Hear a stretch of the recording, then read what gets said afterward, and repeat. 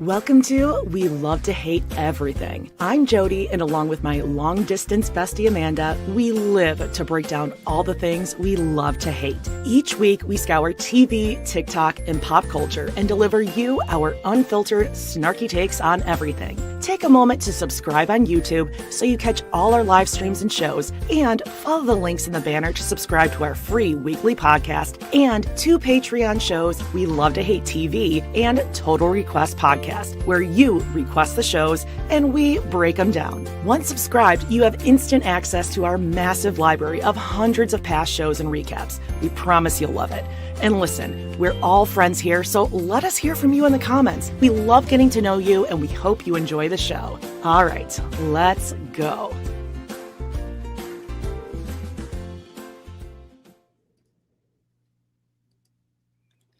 Hello, and welcome to We Love to Hate Everything, Browntown Edition. I'm Jody. I'm Aminata. Happy Friday, guys. Seems like this time is working for everyone. People are saying that this is a way better time.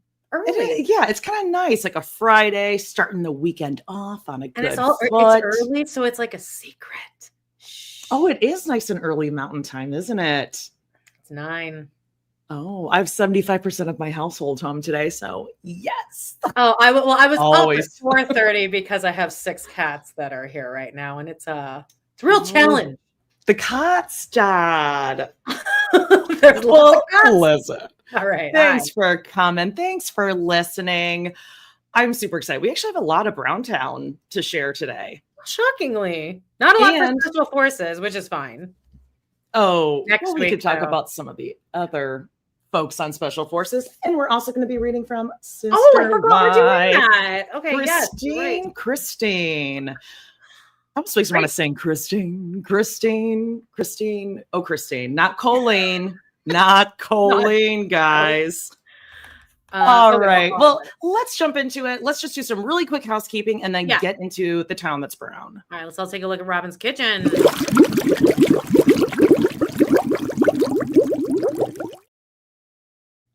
Great. All right. Hey, listen, first and foremost, make sure you guys are listening to our weekly Hot Topics episode that drops every Tuesday. You're still getting your full Sister Wives watch along. You're still getting your hottest topics. And this week, let's just see, Amanda's lust for Robert Irwin. It keeps growing and growing and growing. I'm like really into Did you some see the Dancing latest? with the Stars tea. I really like. I don't even watching it. I have never watched that show, but there's so much lore. Are you following all that shit? Oh yeah, there's a lot to talk about. Sabrina Carpenter gave rights away to her song to Danielle Fishel. Not the song. Oh, Danielle Fishel. Well, that's a whole other Boy Meets World episode that we can talk about. So make sure you're checking out Hot Topics. Also, make sure you're checking out Girl Dinner, where this week we recapped a classic documentary, Tall, Hot Blonde, tall with 1 L, kind of like Hosslong. Also, check out Patreon, season 14, episode 7 on tier 2. Why not one house? Janelle wearing a classic Janelle blue. And over on Total Request Podcast, a 90-day journey with Cody, Larissa, and Debbie. You do the best. Las Vegas-y. Las Vegas. Why not one house? My original episode description of that was listing a bunch of reasons why not one house. Why not one house? Like, you can't afford it. You all hate each other. But I forgot to put the most important one of you don't own the land yet. And you signed a crazy contract where you lose the whole thing if you don't pay it off by a certain date. Well, there's also that other thing that no one actually wants to live together, as we know in Sister Wife, and Janelle tells us this season that she's like, yeah, we weren't coming. We all knew we weren't coming. But then why is Janelle being so gung-ho for it in these episodes we're covering? But maybe she's not. I guess she's not really gung-ho. She's just like, yeah, I would do it. She's going with the flow, and I think the Moscato might be talking too. Those late nights with their banker's visor and her under the ye old lamp with some cold tater tots crunching those numbers. Janelle's not seeing too clearly. Also, make sure you're checking out our TRP. Amanda, you want to take it away there? Yeah, you guys, we don't promote anything very well, but we do have a whole other Patreon. It's like $4 a month. There's a couple episodes that are $6 a month. I guess I could comb through those and switch them all down, but there's only a few. Anyway, that has a backlog.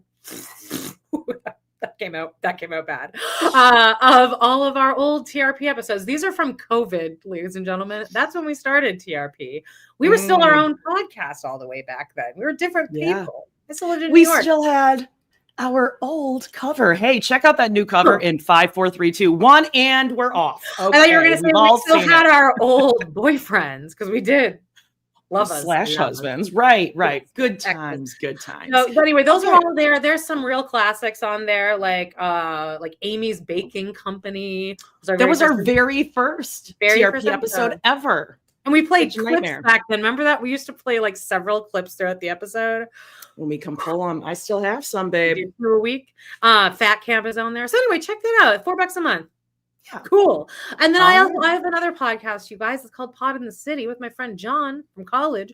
And we're covering And Just Like That right now. And right after this today, you guys, we're doing a live at noon. We're going to talk about the episode Sex and the Widow. And you guys, just FYI, for Halloween, I have a whole costume going on over here. It is Halloween. Last year was amazing. Last year was amazing. It's last year I was Kody, right?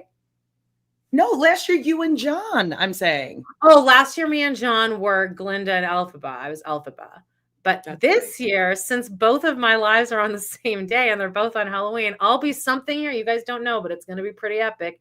Then I'll have 1 hour to get into a full Glinda mug. Oh, so you're going to be so pretty. I can't wait to tune in. I'm going to be in a great mood that day, I think, too. Anyway, so yay. Let's get into some actual Brown Town. The meat. Brown Town. Everything's waiting for poo. Never gets old for me. I don't know. I mean, you guys speak for yourselves, but... I'm loving it. All right, so let's get into it. First of all, okay, bright and early. Let's just jump to like the latest. Kody on Special Forces. Great. Okay, let's check out this bingo card first. So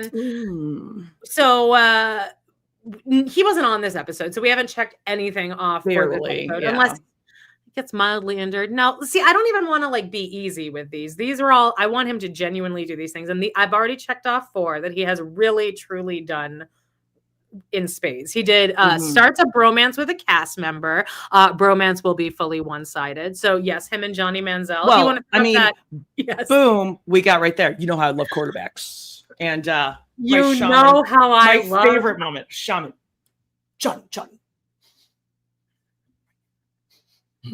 Like, is this when the guy's like, strong like man, strong like fuck up? Johnny's like, I'm fully detoxing. The last thing I need right now is you gabbing in my ear. Then I have mansplains or being a know-it-all, as you just did. Breathe. Yes. This is how you breathe. Yeah. Something that newborns can do. Interest breathing. Cody's real hairline is exposed. That's all we're getting in this show is the hairline. My God. Now, he did tuck it up into his cap in hand, cap on head this morning. Sorry, I'm saying this morning because I had to watch it on Hulu this morning. And then the last one I have is Kody knows a cast member who's never heard of him. Now, on that, so this is Jesse Smollett last episode. Kody knew him, but Jesse Smollett definitely didn't. And now, this episode, Kody was in nothing. They clearly seem to cut. I think they cut a part where Kody was about to say something really smart and interesting. Yeah. You think when they were sparring, when they were fighting. Kind of because he did a similar thing last week where he was like in line, he was looking this way and they said something, he was like, oh, like snapped right to. And he is very jerky. His ADHD he's fighting the ADHD, I think. I was just gonna say he has very jerky, sudden, snap to attention moments. Okay, got it. But so he wasn't really in this episode. He did well. This challenge was truly just mind over matter, because really all you're doing is holding your breath for about 20 seconds and then kind of easily exiting. But like if you are in your head, like I would freak out too. This would be So this is a challenge. They do. Okay, first of all, let's talk about this because, and not to go like too into the Eva thing, but so Eva and Jussie went down, and Jussie Smollett went out the back of the plane instead of the side exit. And he went out like a mermaid. It was just like beautiful. Just that. He did how like I still privately swim underwater like Ariel. You know, like you do, like little dolphin, like yeah. And don't lie, we all came up from out of the water with an Ariel hair, classic. She came out the side, she panicked, and then they had to like pull her because she was so almost kind of drowning. Her. Like that was Aurora. That's what a panic attack looks like. Sure.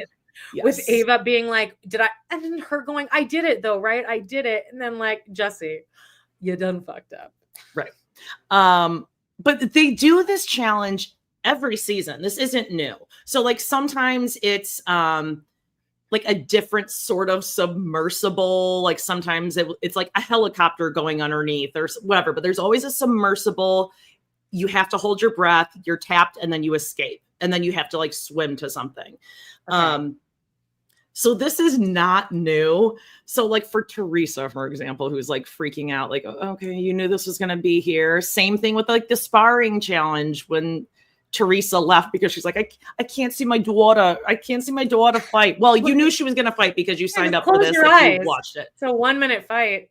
If that is like how I can see Kody maybe finally tapping. Like, well, I can do it. And I know my daughter can do it, but I just cannot morally or emotionally watch this. That's why I'm going to tap out. That said, I don't know if I could watch my kids fight either, but I probably wouldn't sign up for this. But this challenge, going underwater, I know I could do this. This is like one of those things. I could do this too.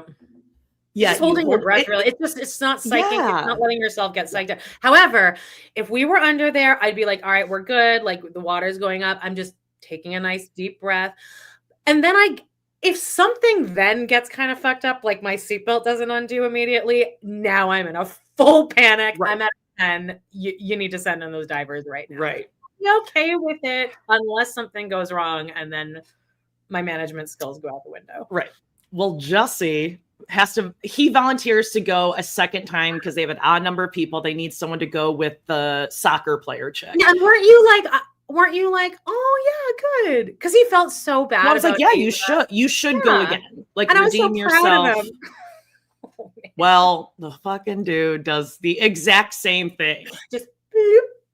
Right out the back. Same exit. You didn't even look around. Failed. But maybe take a second look this time. Yeah, be like, okay, well, when I turn around, there's two exits. The same one that I went out the first time. The big, huge one. And or the one that Eva went out and the soccer player is going out. Nope, straight out the back. And then Ava on land is like, oh, did he just go out the back again? Yeah. Oh, did he just come out? Oh, did he? And I was like, oh, God. And then he's like, I'm going to walk away. Can't let him see me cry. Can't let him see me cry. They know you're fucking crying, dude. Like, now, I once again keep forgetting that he's sticking with the story. And honestly, as someone living in Chicago at the time of this, it was outrageous, even the claim at the time, because it was like a severe cold snap. Like a lot of the things immediately didn't add up. Right. But I'm having an easier time watching it under the lens of, oh, he's out. He's out with it's been outed and he's admitting to it. I'm having an easier time processing watching him as him just owning it. And then when he reminds me that he's sticking to the story, I like him less. Well, or maybe it did really happen, I guess. Kody will do exactly what Jussie did, where he goes and he's like, no, it's actually what everyone's saying is the exact opposite of who I am. Like, doth protest too much. Yeah. The exact opposite. Jax Taylor says stuff like that too. Oh God. Okay. I mean, Vanderpump is going to be a whole other episode because I'm on season 5 reunion and it's a poppin'. Lala's back. Guys. Did you like Lala's season 4 reunion look where she was in that blue turtleneck and those like rosy cheeks and that pink eyeliner? You don't remember that? I mean, It's, Lala's like, always a super look. famous. It's like, it's fine, but I do think Ariana's like kind of a bitch. Yeah, no, she is. She's like an uppity, stuck-up bitch, but we'll get to that another time. Okay. So special forces, though, Kody, I couldn't tell who he was. I couldn't either, but he did get knocked to the ground, and I sure did enjoy it. Oh, yeah. It was either Sean Johnson's husband or the Decker guy. If you guys know in the comments, let us know. He didn't get any airtime at all.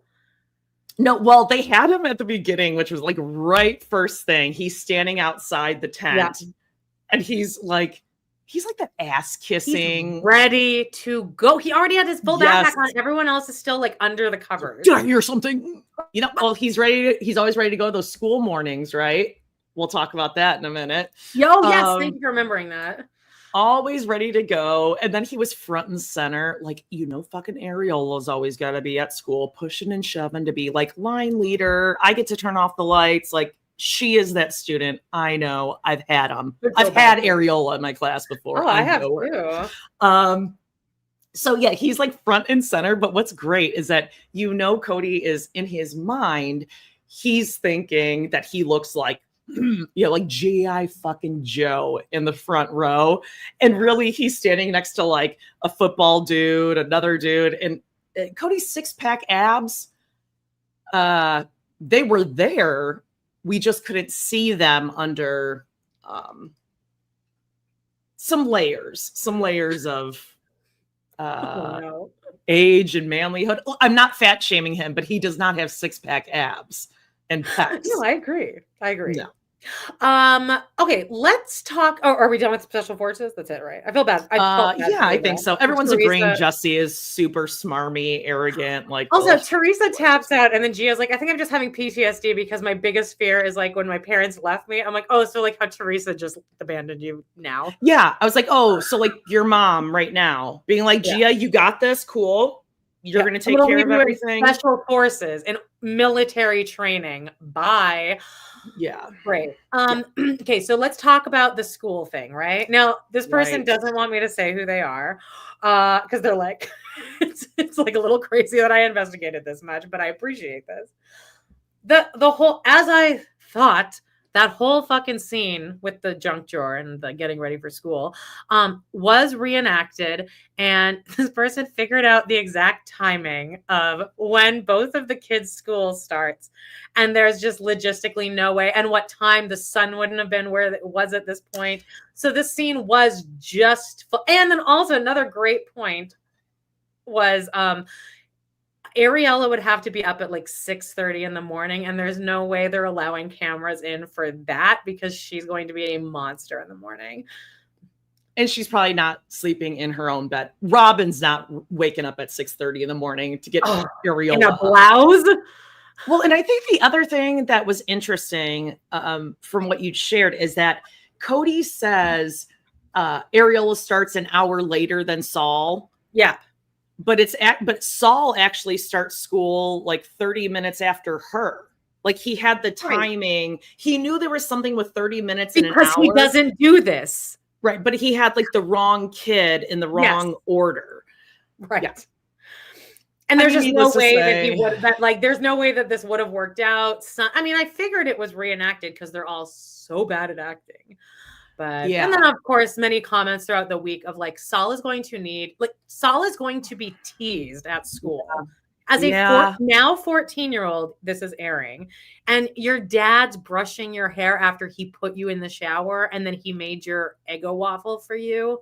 Yeah, I mean, I know you're not going to believe this, Amanda, but this morning actually Charlie came upstairs and his hair was all messed up, and I said, "Hey Charlie, you got to brush your hair." Oh, and he said, "Mom, it's the style." And I said, "No, like messy is the style. That is bedhead. You have to at least brush it out, and then you can like zhuzh." But so you did it for him, though, right? No, like so you just have to say, write this down, parents. Just give them a direction. Don't say please. Don't say, "Hey, buddy." Hey, buddy. Just give him a direction. See what happens. Take a chance. Oh, does he have the fine motor skills to drag a brush across his head? Yeah, I mean, I'm crossing my fingers, when he turns 16 in a couple months, maybe we'll do a test. We'll get him Does like some Dayton pencil drive? grippies. Do they let Dayton drive? He does have diagnosed They by all Robin have their own Asperger's. cars. Oh, They have well, their that own doesn't mean. cars, right? Okay, what else Wild. for Kody? Didn't you put something in here for Kody? No, I guess it was just these comments. Okay, so I just wanted to scroll. We don't necessarily need to read all these, but this is from last week. His special force. I got such a kick out of the fact that he's posting shit for special forces and everyone is leaving comments like, just read that you crashed the funeral of Garrison. Wow. Could you be less aware? Team Christine, you really look so old and tired. Laughing. Do you even remember your kids' names? You will never be able to live down what you've done to your children. Kotex epitomizes textbook definition of gaslighting. Just comments after oh wait, that was I don't know what that was. Okay, just all of these, just bad about a bad saying. This is and that one's on Robin's, right? This is Robin saying Aspen is confrontational because she's expressing how she feels to her father is insane. You need help. That's not confrontation. She's expressing her frustration as his child. And then someone else just write, pay your goddamn bills. Oh my God. Yeah, pay your own bills. Not dipping into the family pot. Wouldn't you love that if they just said that to Robin's face on the property when they all come face to face? I wonder if anyone we ever put in did. money for your home, so you're gonna have to give a little. You're gonna have to budge. They're the fucking worst. Okay, well, actually, there's more people who are also in the worst category, but these are truly. We're coming upon the segment, the portion of the Brown family that we truly love to hate. And let's just jump right in with, you know him, you love him. It's time for Tony. Locked another one in, this time during a chess tournament weekend. Sadly, because I was forced to skip around. Hashtag chess dad, hashtag active dad, hashtag husband, hashtag married. Again, I don't believe the distance, and I don't believe the time. Anyone else? Active dad. well, while he was doing that, while he was being a active dad, his unsupervised daughter cut her own hair. Okay, well, she didn't do this. This was this. This. Oh wow. So Avalon got into some scissors. Yeah. Tony was busy chess dadding and active dadding. Oh, well, let's see what else he was up to. What? This is so silly. Okay. Tony's got on the little sun things that they give you at the eye doctor. He's got some thick lenses there, Amanda. Check those out. Oh yeah. How I be looking after my eye appointment. Hashtag dad. Hashtag husband. Hashtag married. Cool. Okay. Really post-worthy. I appreciate an update of Tony's face up close. Imagine that eye doctor having to do that machine this close and be like, 1 or 2 or 3. And Tony's eyes are like this. Oh, fucking yeah, right? They've actually, you know what? I take it back. They don't even need that eye machine. They don't even need the eye machine. They're yep, corneas look good. I can see the back of the eye. We actually don't even need a dilate. I can see right to the back of your head too. But his are you can really the whites, you can see all of it. Anyway, okay. So McKelty fixed. I'm impressed with this hair. Actually, it looks good. Right? Yeah. Oh God, how awful. But you know what? Avalon seemed totally fine in the mirror. Yeah, she's laughing about it. Yeah, whatever. Now these two kooky kids, they're still in love. They're still doing their book talk clips. And this one, they're going face to face by our bookshelf wall. When you were 2 different flavors of nerd, but we still have time for nerd energy. Hashtag married life. Hashtag husband. Husband and wife, I think is what it was. That whole book area, it looks neat, but it would drive me insane in my own house because I would need some sort of symmetry. I would need the colors to be at least a color scheme or something, right? How many boogers do you think are stuck to the wall from baseboard up to that first shelf with all the kids being like, from Tony? Somebody wrote, Solomon can't even hold a hairbrush and Evelyn's running with scissors. Yeah, rough around that. The sheer volume of scissors we have in this house. Also, let's check out this hottie. It's like McKelty and Tony are on the couch, and it says, when his age starts with a 3 and yours starts with a 2. Maddie and Caleb should do one, but it's when his age starts with a 4 and yours starts with a 2. Yeah. Ugh. I don't like that, babe. Gross. I like think of that every single time where it's like he was like almost in his 20s when she was born, maybe. I think he was 14. Oh no, he's 10. Is it 10? It seems like more than 10. It's 14 in my head. It goes to 14. Okay, but he's ended up being a good guy, so it is what it is. Yes, he's great. Let's move on to Paedon, who's had a real roller coaster of a week. Eyes on Paedon, like we're a little concerned. Genuinely. I was like genuine, like because he posted a series of videos over the past couple of days about how lonely he is, and like this one about like I want to hold. There's no one to hold, and I want to stare at somebody in their eyes. Yeah. And then it was, which was like maybe like I'm lonely at night. I miss her, or I need her. I just want to hold her. I want to fall asleep with holding her and wake up holding her. And but he, like, is he talking about a specific person, or is this just like he's dreaming of dream girl? Well, he's like, I feel like everything I try in my life, something's like it's like he's waiting for life to begin type deal. Okay. So I have a theory, but let's go into it. Go ahead. Okay. Well, I don't. You took this. I didn't even watch this one. There were so many videos. So last week, was it during Browntown? I think someone said like, "Oh, Gabe is engaged" or something. Yeah. So I don't know if maybe Paedon got mixed in with that, or people were actually saying Paedon, and because I didn't see any. I don't know. I haven't seen any of that, so I'm not sure. But Paedon is holding his hand up, saying, "No, I'm not engaged." I don't know how that rumor got started. Was it on our Browntown last week? No, but I also don't know if Paedon is aware that men don't wear engagement rings. So him showing his hand. Didn't Tony wear an engagement ring? He did. I think I wore my wedding ring before we got married because I already feel married. The girls get to wear them. Why can't the girls?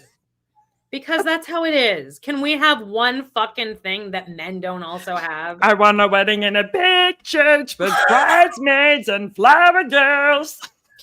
Did I impress you with my musical knowledge? Okay. All right. So Paedon he's going through one. Oh, but then somebody fucking wrote him this unhinged ass message. Like, I'm not going to read it, I guess, but it's like, you better tell your fucking mother. You better, but if it fucking... like just curses about his mom. And I'm actually glad that he I don't always agree with creators like punching down and like blowing, like doxing people, but then I went to this person's thing. They clearly these are always the bravest people, the ones that create an account that day to send something like that. But anyway, but then all the comments are like, it seems this person is either...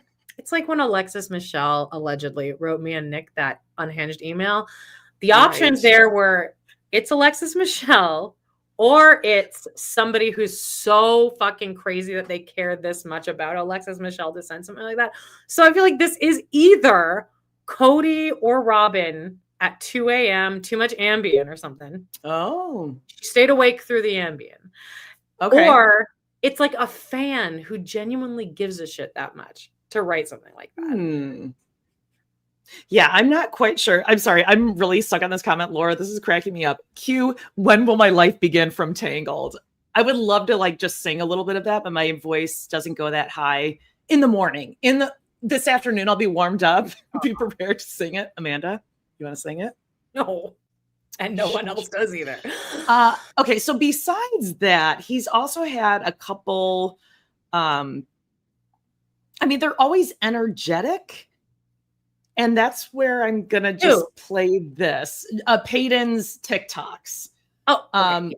And he's getting comments of the sort that like, oh, you remind us a lot of your dad and so on. And he's got a response for all of us. So I asked my mom for some advice. I asked Janelle for some advice. I asked my siblings for some advice. And all of them came to pretty much the same conclusion. I'm just going to start blocking people. Just so all of you know, you never met him. You never met me. I have so many problems with him. Yeah, he's my father. I understand that. And he's done a lot of things that I am not happy about. And I'm really just tired of people telling me how just exactly like him I am, when if you ask anybody that knows me, I am nothing like him. And I don't like being compared to the guy. So I'm just gonna start blocking people. Advice from my mom, Christine, advice from Janelle, advice from several siblings. Just so all of you know, if I get any more of these, every single one of them is just getting blocked. I mean, You hear fair that, enough. you guys? So, boop, bloop. You really told us. It's like, sir, then stop acting like your dad. It really is. It's an energy Sorry. thing. I think he's a much probably better person than Kody. It's just an energy that I am exactly like both of my parents. We all are. No. No, I think He's just like maybe his this is something dad. for him to realize. Yes, like I am Sure. similar to my dad in certain ways. Yeah, Just we're similar to personality people. wise. Like he can't really, you can't change your actual personality. Believe me, I've Googled how to. You can't. This is just inherently who you are. But maybe this will bring him to some realizations. Yeah. You know. Well, if you want to send him a For message, anyone and everyone that wants to hear, my DMs are always open. Now, if you've sent me 1 or 2 or 50 and I've never replied, I just didn't have a real reason to reply. But I do read the messages and I want everyone to know that. So if you want to DM me how much you like me, how much you like my family, how much you support us, please do. If you want to DM me, let me know that you're in love with me and that you think we would work out, please let me know. If you want to DM me, let me know you want to send me $20, please let me know. If you want to tell me that you really just don't like me, you don't like anything about me, please let me know. My DMs are always open, and I've had so much fun and engaging conversations over the years with people who just wanted to get to know me, get to know things about me, get to know my family a little bit. I don't know if any of my other family does. I don't know if any siblings do, but I do know that I do. And I know that like one of the very, very real relationships I've had came from somebody DMing me, and I am absolutely so happy about that. So to everyone that wants to, whether you love and support my family, or you want to hit me up, you want to send me something, you want to tell me that you really just don't like me, just let me know. DMs are always open. I thought he just said he was going to I block thought you just people. you Now just said you blocked. that was after It the last time I was. just played you. Yes. And then it was also after the like super depressed, I want to hold her in my arms again thing. So it's just everyone. Yeah. Just Now, I mean, he posts a lot. So there's like another one. I'm not going to play it for you because it's like whatever, but he's talking about his algorithm, how he would get like prayerful algorithms, or he was looking up a different whatever. It was just kind of, as someone said, like kind of manic. But this is where I think it stems from, because was it last night? I think he had one that was saying like he needs a job. He really hates his job. He's not making enough money. Yeah, I could see that one too. Gosh. Yeah. Can't make ends meet. He's not even making it by, which is going to make a gal just want to run and jump into his arms and fall asleep at night in a safe place. Thing. But I think what this is stemming from is, if you remember last week, he was talking about how he wrote those amazing books. Kids across the world love them. Not a peep, they love it. First grade class. They were, yeah. It was like, and he was looking for like an agent, a publisher, an illustrator. And I'm thinking maybe those things aren't falling, like they're falling through the cracks. He's not getting as many bites as he expected. And like, yes, Christine's book had this huge surge, right? And like now it's been a little time, like we're all still into it and interested in it, but it is not like the top of the TikTok algorithm sister wives. So I think he's starting to be like, what if I don't get a book deal like mom did? You should read his book on TikTok Live. Oh, well, he's not going to give it away for free, Amanda. Well, sometimes you gotta. I mean, would Faulkner or Shakespeare or, would they just be giving away their content for free?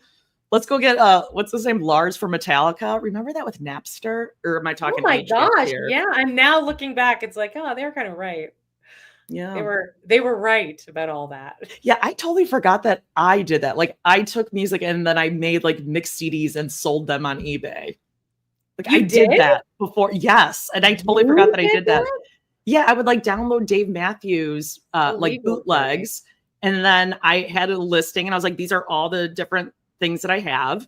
And I would burn a CD on, I mean, like a tank computer would take up half a room. And it would take all day. Yes. It would take all day. The fan on it would be like, like it's like the room of the sun.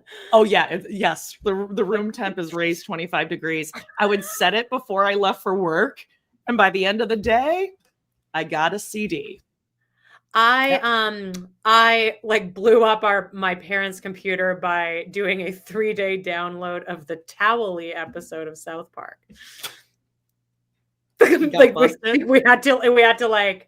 I think they had to like wipe they had to do like a full factory reset on the computer because of Towley. Because of a Towley episode that turned out after 3 days, audio only. Oh.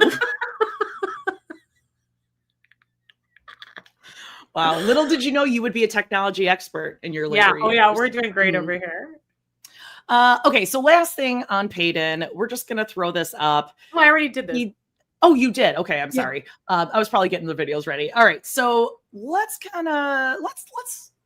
to our gal, our belle of the ball. Which gal? Our Janelle. Janelle. Doing a little photo dump, but first, yes. First we found out. Wait, this? No. This is a photo. No, your best one. All right. Tell us about this, Jody. I just need to. Oh, I don't know. You found this. You found the listing for Janelle's. I didn't. Somebody sent house. I think it's okay. Janelle's house in Vegas, which is now currently listed for $1.15 million. 6 beds, 5 baths, 4,200 square feet.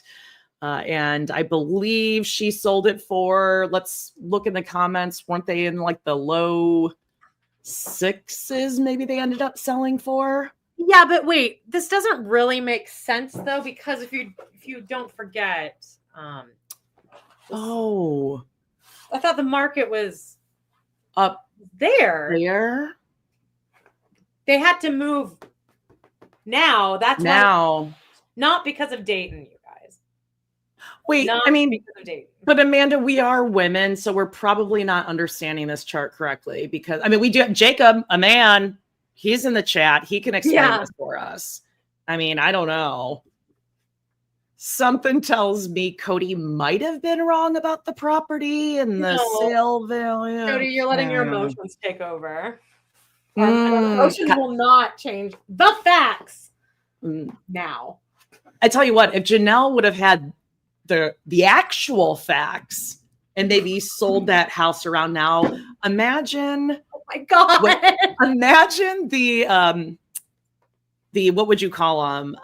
Engineer that she could have hired who would have told her that Tata Farms is not a farm. It's land. They broke ground. They've done more than Coyote Pass did. Oh yeah, I saw that little that little front loader drove a few feet. Yep, they're making some progress. So Janelle really was not too active. She did a photo dump because Janelle's been busy. You know, I mean, gosh, she's just traveling. Whew. And just like that, the month is over. Photo dump from September. So she's going through her cruise. Oh, real quick. She sold for $575. Oh God. That heights. Oh God, that is really depressing. Oh no. And by the way, we looked through the Zillow pictures and not an upgrade was even done on the house. So not an update in sight for that. Yeah, it's not like they did a whole bunch of shit to the house. Nothing. Didn't put in a No backsplash. fingerprints on my the pet wall peeve. from Savannah. Yeah. No, again, I just want to be clear. Like, I'm really not an asshole, like uppity asshole. Like, oh, if you don't have a backsplash, you're whatever at all. But this is a $1.15 million house. You should have a backsplash in your kitchen for over $1 million. What is it? Is it just wood? Like the wall? Yeah, it's just drywall. Like, it's like Formica or I don't even know if they had, well, let's just say they had granite. And then there's like normally just like a little backsplash piece, right? And there's that, but then it's just drywall up to the cabinets. Oh, like so even I do behind have a the backsplash stove. then. It's just white. I have a white backsplash. Yeah, like normally it's tile or whatever. Again, I'm not trying to like diss anyone's house at all, but for $1 million, I better be getting something. So yeah, anyway, Janelle back to Janelle's trip. Yeah. Janelle's photo dump. You're exciting, huh? That's a good picture. That's the one that I thought was really good. Yeah, through her cabin window on the cruise. But it looks great. What a beautiful picture. That's nice too. Now again, beautiful locations, but it's just very Janelle where we're like, oh, okay, it's like a mountain way back there. Oh, all right. Okay then. Okay. This I think is a leaf bug on a steering wheel, maybe. Wow. Okay. Exactly. More than I did last month. Okay, pretty, right? Lots of shade in the forefront. Fine. Okay, there's a mountain in the back. This one, I mean, don't miss it, guys. If you're listening, Amanda, explain what this is, because it's like construction workers working on a house. Is that what's happening? What's happening? Are they putting in a pool? I think they're like loggers, like lumberjacks dancing in water. Right. Yeah. The log rider. Doing like a show, like an old Tucson or something. Oh, is that what's happening? Okay. Well, I don't know. I'm sure there was. I don't know. Who knows? But it's really cool. It's really awesome. Should we move on to Christine and David marital bliss? Guys, I put on our caption. I can't. The tensions are starting. We're at that 2-year mark where people are getting real comfortable. And people are starting to get a little irritated with morning Christine, I think. Yes. So we got the screener for this week's upcoming episode, and just keep your eyes peeled for it's a really good episode, you guys. It's really, really good. Really good. Meri. Yeah, I think this episode is I loved it. I thought it was like just it was given nonstop. Wait to watch it again. Oh god. Yeah. The Meri stuff, you got like it's as if it was written for like us, like Browntown, like watchers of this podcast. Like it is acknowledging every inside joke about Meri. She's saying them.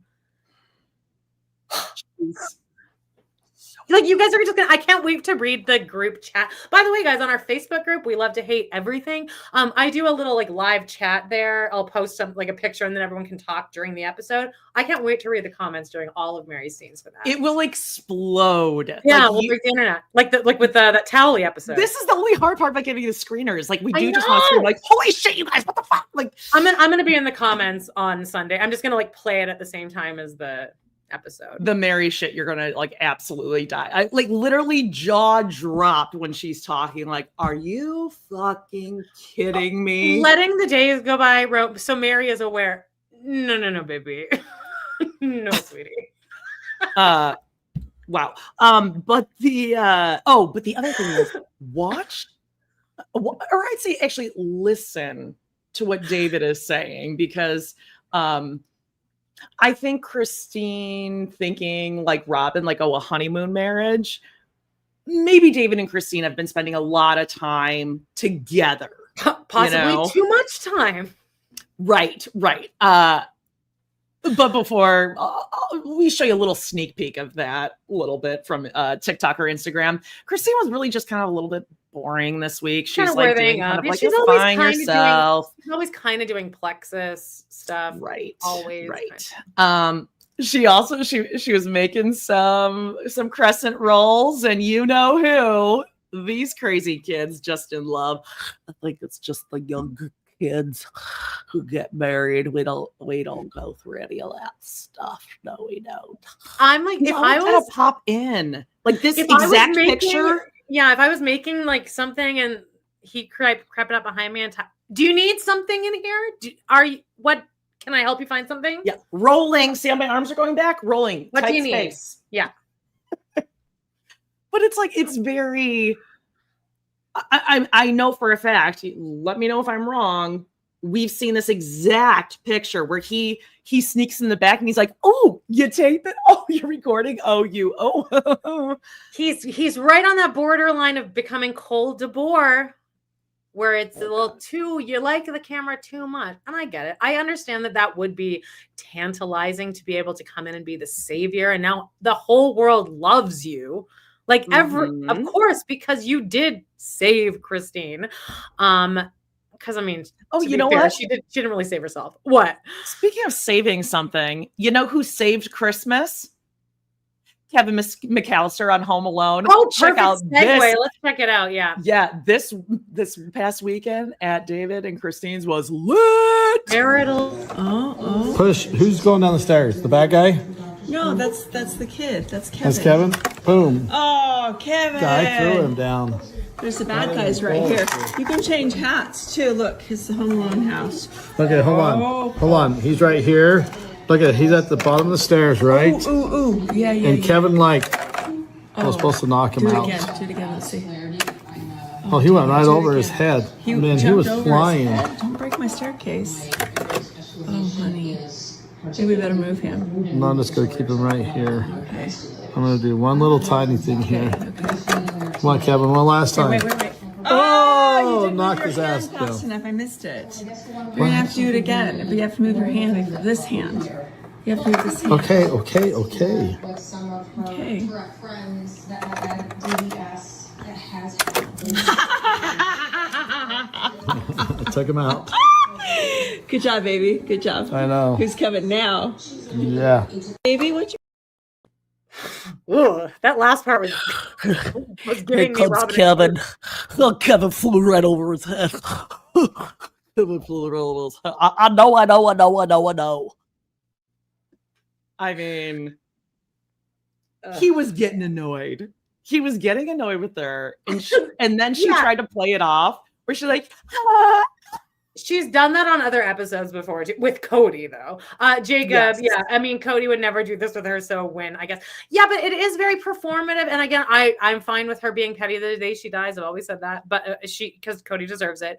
But yeah, I think a lot of it is her proving to herself he's not Kody, and I think maybe therapy. Not that I go to therapy, I could use it, but like maybe that would be more the how to deal with this instead of constantly posting videos and nacho parties and stuff like that. Although I love the nacho party.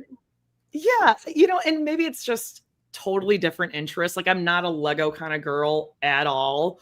So like the thought of going to shop for Legos and then like adults like play, not only putting them together, but like playing with them. Yeah, playing. Kind of weird. Yeah. Here comes Kevin. Oh, wait, I'm just gonna do one thing, and then my God, it was like, and she's like, "Good job, baby." Ugh. I don't know how you took a that turn later, at the end, but anyway, I really kind of like loved that he was like, "Yeah, back the fuck off." Like, I'm playing with Kevin, okay?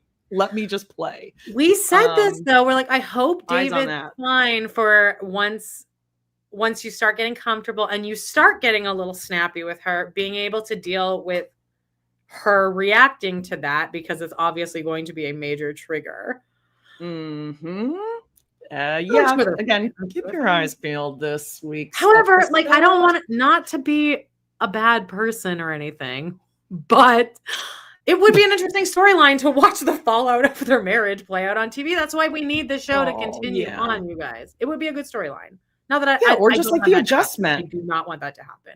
But no. That's why I like watching the show, because now we are settled into this, and now we can see this kind of like real life happen. Because at we got some Kody point, and Robin over here like acting out every scene, like they're just pretty much useless on this show, other than to hate. Yeah, at some point, I do think Christine and David are going to step back and be like, for the health of our relationship, we have to move on and stop talking about her ex. Like, everyone there's no way. Like, the last thing he ever wants to talk about is my ex, my kid's dad. Like, he'd be perfectly happy going our entire existence, never even thinking. And I think that's most people, right? Like, yeah, your next boyfriend's not going to want to be always talking about this 20-year relationship you had and daily talking about it, filming about it, your kids talking about it. That's a lot. I mean, that is a lot of focus to put on that, on their relationship is focused a lot on Kody, and it kind of has to be because that is her job, is to talk about, and like she's getting the most engagement when she talks about Kody. It's like, that's why none of us care when Meri goes on like the Sarah Fraser show, because nothing new is going to be revealed. Or when she was on that couple podcast the other day, like no one's even talking about those because we all just know that she's not saying anything. Right. She's going to happen. So, anyway. All right. So let's move on to our Mare Bear, shall we? Belle of the ball this week. No, Mare Bear. She did make some strides. She did address the catfish. I can't believe it. But maybe let's end with that. Let's build up to the catfish. Oh, okay. Gotcha. Yeah. Okay. Well, first things first. Meri posted this photo of herself and this gentleman saying gone too soon. I won't read the whole thing because we don't know him, but all you need to know is that this is the husband of the founder of LuLaRoe. So like that documentary with that blonde chick. Yeah, this is her husband. I found that out in the comments. So I was like, okay. Okay. Gotcha. All right. RIP to an MLM creator, I guess. Yeah. He did some good things. And then you had this cool post here. This is what a banger. Need to get ready for this, okay? There's like two new girls. They're not, one of them isn't Joelle. One of these might be Joelle, but Lizzie's is lit lately. # Lizzie's is lit. They're not opening or anything, but they are doing like little trivia games where you're guessing who Lizzie's was named after and like shit like that. Trivia Tuesdays, I believe it was. And that was the trivia. Oh, no. Don't get excited. It's not every Tuesday they're hosting a trivia night. No. Trivia. No. It's on Facebook exclusive. Who was Lizzie named after? ABDCD. And it was like Lizzie or great. Who is it? Who owned that again? It was like it wasn't Lizzie. Grandparents? No, there was like another name. What's the other name? There's Victoria? another name. I think it's the ghost you see there. Well, whoever. I didn't return the next day to Bonnie. find out who it was. Bonnie. Okay, so then they also did. What is this? We're doing something a little fun over here on Lizzie's Heritage in Facebook. Oh yeah. This is here. To make it a fair fight, only votes on our Facebook page will count for the winner and loser to go follow on Facebook. Okay, great. So they're trying to get their Facebook. I'm not a business person and I'm certainly not good at social media, but I would think you might want to stir people over to Instagram because Instagram is monetized, right? Are people monetized on Facebook? Are you asking me? I've never seen. Did I just have an IT specialist walk in the room behind me that I know of? I don't know who you're asking. We're trying to get their Facebook page going. So here's what the competition was. It was, is an Android better or is an Apple phone better? All right. So all week, it's a real nail biter. That's an original. That's almost like that would be like someone asking, do you like Coke or Pepsi? That's just crazy. Man, wait, what's this? All right, let me see. Okay. Oh, okay. So those were comments. No, not that yet. Not yet. No. Okay. So then I caught a live. It popped up on I think it was on TikTok. And I sat and I watched this fucking thing. And they started out being like, okay, guys, we're about to read the results of this thing. Was anybody else watching this? Does anybody else know? Because I sat here. This thing changed me as a person. How many times I fucking stopped recording and then was like, okay, here we go now. By the way, everyone's saying Sarah. Sarah. Okay, yes. Old scary Sarah. Okay. It's like Sarah's daughter, Sarah's granddaughter, and then Sarah's sister-in-law. And I think that was one gives a fuck about your ancestors, Meri. Do you really think people care? Well, we care because we are interested in Lizzie's because we think that if we go to Lizzie's, you will be there and you'll talk shit on Kody to us. That's what we'll find like one of Bonnie's last 3 hairs floating around or something. Yeah. Oh, here, do you guys want to see this? This went on for like 10 minutes of them not getting the fucking thought out. And you all know Meri, so just enjoy this. I'll probably stop it before. This is 2 minutes. I'm sure I'll stop. That's not what I said. It's because he knows what's best for you. No. Anyway, so we had this little. Look at the Samsung acting up. No, it's not. It's telling me I can see more comments because more come through on the Android. Well, why doesn't it just show you the Every comments? day is like this. All I see is hearts every on the day. Apple phone. Those are. I ain't seen no hearts on the Droid yet. Listen, you guys, we have this what's it called? Friendly debate. You keep using the word friendly, and I feel like we're all okay. I'm trying to be very PC. You're very resentful. We have this chat with the four of us. I mean, because it's my Facebook people. Because they love me. Your Droid ain't showing no hearts. You know what? Yes, it is. Being a blender. All right, guys. There's a whole minute left still there, but I feel like you got the point. Yeah. They haven't even started to talk about what the question is yet. Did she ask them if they wanted to be on camera? Because they're all backing up, like as it keeps going. Arms crossed. They all seem to want to be on camera because then they kept the banter going and like the jokey jokes. I sat and watched that for a while. It was so funny. So then they had these two chairs out, and they were going to do a musical chairs type thing. How old are these women? Like, this is really... They're all in their 40s at least. This is setting us back, and I'm not even joking. Like, this... As women or as comedians? Yes. Oh, God, you guys don't even know. No, this is like putting women back. Like... I'm speechless. Does Meri think, do Meri and Jen think that the way they joke around and laugh is what the rest of us women their general age do? And so we would think they're relatable? They truly think that? I think that they're getting enough comments from women out there who are like, you guys are so, I love seeing you guys laughing. You seem so happy. You and Jen are the most hilarious thing ever to come up on my For You page. I think they're getting enough of that's what they think we want. Not to talk shit on Kody, because you're above that. We want to see this. Do you want to see the result, by the way? Because do we want to see the results? I mean, look at everyone in the comments. They're like, Amanda, get to the results. We need to know. Okay. So I guess they were going to do a musical chairs, and then the loser was going to have to sit in the chairs, which is not how it's actually the opposite of how musical chairs work. Then I think Jen just kind of blurted out the answer, and then so they didn't do the musical chairs. So then they just had the losers go sit down in the chair, and it was very unceremonious. That's right, by over 100 votes. We had over 1,000 votes, you guys, and by over 100. Oh, I guess so I don't believe they got 1,000 votes. Android one. No, but I was saying to you yesterday, it was 1,000 votes, but like, you're Meri Brown of Sister Wives, of 20 season most popular show on TLC, and you only got 1,000 votes. That's your engagement. Jay Schwa says 35,000 followers, 1,000 voted. Like, I think we would get 500 votes probably, and we're nobody. I don't know. We should try it out. I definitely don't want to be. I don't really want to be. That's really embarrassing. Like, I'm trying to imagine being not Jen or Meri, but one of those women, right? And you do this whole thing. Two?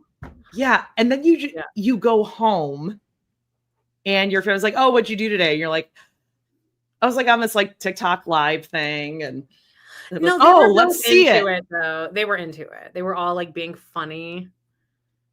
I was like, I know you all think you're being funny, but it's like you're coming. Amanda, did you hit your head this morning? You just said they were being funny. No, like they. I don't think they were funny. Okay, I found cool. it incredibly cringy because they thought they were funny, and like, if this was me and I was friends with somebody famous, I know that they're everyone there is watching this person. Nobody knows who the fuck I am. I'm going to keep my goddamn mouth zipped. Mm-hmm. I'm not saying I'm not and turning let Meri around. shine. Let Meri and funny. Jen shine, yes. Meri's freaking hilarious. Android ended up winning, by the way. So Okay. Android is better than Apple, I guess. Okay. According to 100 people.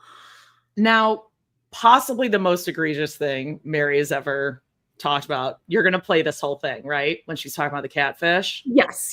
That she finally addressed the catfish, which is like, this was great. And she didn't play any music under this, so we could actually play this on here without getting demonetized. Because guess what? We were demonetized last week, by the way. That's great. No, I got it switched, remember? Well, I know, but then we lost the chat. I don't like when we lose the chat. Anyway, she did address the catfish, and I hope she keeps doing this. She almost got there. She never actually says anything about, like, I was planning to leave. This was an affair. And then millions of comments. There's engagement saying it's okay if you were trying to have an affair. All of us understand. We all understand why you did it, Meri. God. Yep. All right. Should I just play it? Yes. All right. And then we'll look at that comment. My biggest pivotal moment in my life for many things was the catfishing. That happened in 2015. Everybody has a big opinion of it based on what they see or what the catfisher themselves put out, which was all a lie to make me look bad. It was this crazy, maybe a 4-month period in my life where leading up to it was probably one of the darkest times of my life. And then going through that was pretty dark, but then also coming out of it was like this long process. It was not a flip of a switch by any means. First, there was like this long period where I had what I call self-diagnosed agoraphobia. And that's where like you're just afraid to go out and you're afraid to see people. It was definitely self-diagnosed, but I was legitimately afraid to go out in public. I had panic attacks. I was afraid to be seen. I was afraid to be talked to. I went like so far within myself that when I was coming out of it, I was like, you know what? I need to do something to pull myself out of this. I need to literally own my part of it, accept that it happened. I need to not hide the fact that it happened. And I also made the decision that I was going to talk about it because can I show other people that it can happen to anybody? Now, I did have a part in it. I definitely played a part in it. I started talking to people that I shouldn't have unknowingly, but I shouldn't have, you know what I mean? I knew that I had to make a very specific and distinct shift. I on purpose went into a business that was online. I felt like I needed to face it so head on, and that was to be in the same space that so much of this trauma had been caused in. I would say that that really was a very pivotal moment for me. That is one of my moments of my personal growth. My biggest pivotal moment.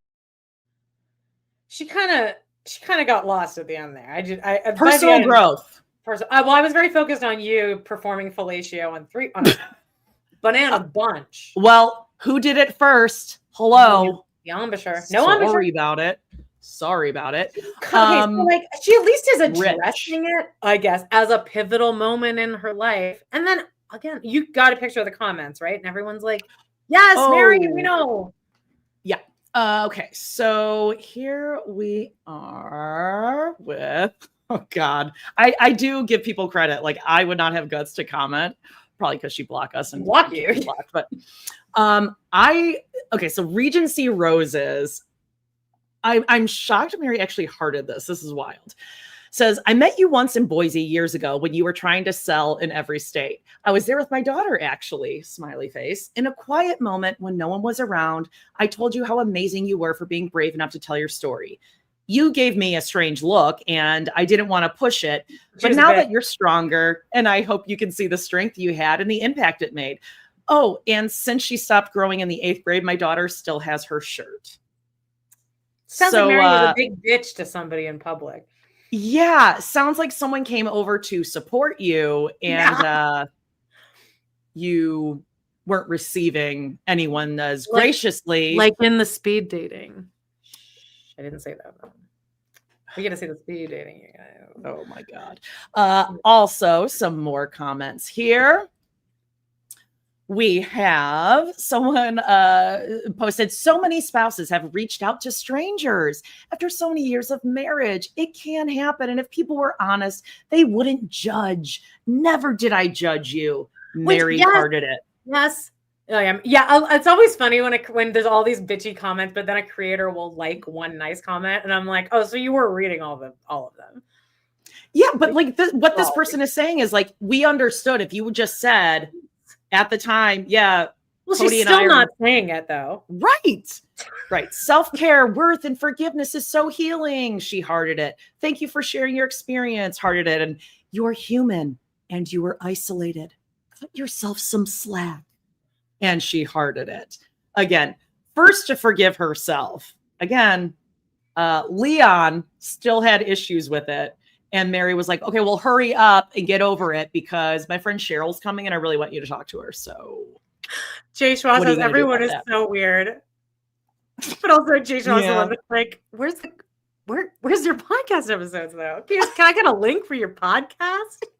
What's the RSS feed on that though? I was just looking at the time and I'm like, why are we wrapping up so quickly? But I forgot we're reading some chapters in the book. We are. I got sad and now I'm happy. I get to spend more time with you guys. Now you had a couple other clips. No, I didn't. Did I? Oh, you had a couple other clips after that, I believe. No, it was those. Oh, you already played them. Did you want to watch the Ring Around the Rosie thing again? Oh no, I did. I just couldn't see what they were. So okay, gotcha. Yeah. Well, I can finish out the last minute of them hemming and hawing about the. Is voting still open? Because no, unfortunately, 1,000 votes though. They got a whole 1,000. So, by the way, there's also a video that you pulled, but we can't play it because very faintly in the background there's some music playing. But it's Jenna. They're in New York and we're doing a New York accent. Forget about it. Fucking A. Jen and Meri are walking on Fifth Ave, and they're doing a bit. It was a bit. They're comedians. Yeah. They're hilarious comics, guys. Wait till Sunday night. Yeah, just get ready. Get ready. And Jen's like doing a little New York accent, and it goes on for like 2 minutes. They're walking. You guys can check it out on the Filthy Virtues page, I believe, or on I don't know. Probably on Facebook. They really want you to head over to Facebook, Lizzie's Heritage and Facebook. Okay. Yeah, they want us to book those trips. Oh, wait, it's not open yet? Cool. No, okay. They don't have a return date either. And I guess they're not bringing out Bob for Halloween. At least bring out Bob. I don't know if I could get ready for the laughs. I don't know if I can get ready. All right, well, let's do this. All right. Let's all do this. Let's see. I'm looking at the comments here. Hey, Joan's in the chat, Amanda. Hey, Joan. You excited for our live later? I am. We're talking about Halloween. Everyone else come say hi. Come say hi. Amanda, are you changing into something more comfortable over there? Oh no, sorry. I thought I was on camera. No, I turned around to grab the book from there, but I didn't want you to see my fat ass. All right. Shut up. Worthy up, girl. Okay, thanks. Right, we're on chapter 7. She was hurt. I was hurt. Okay, hold on one second. What are we doing? We're doing chapter 7 and 8, right? Yeah. Would you like me to start our reading?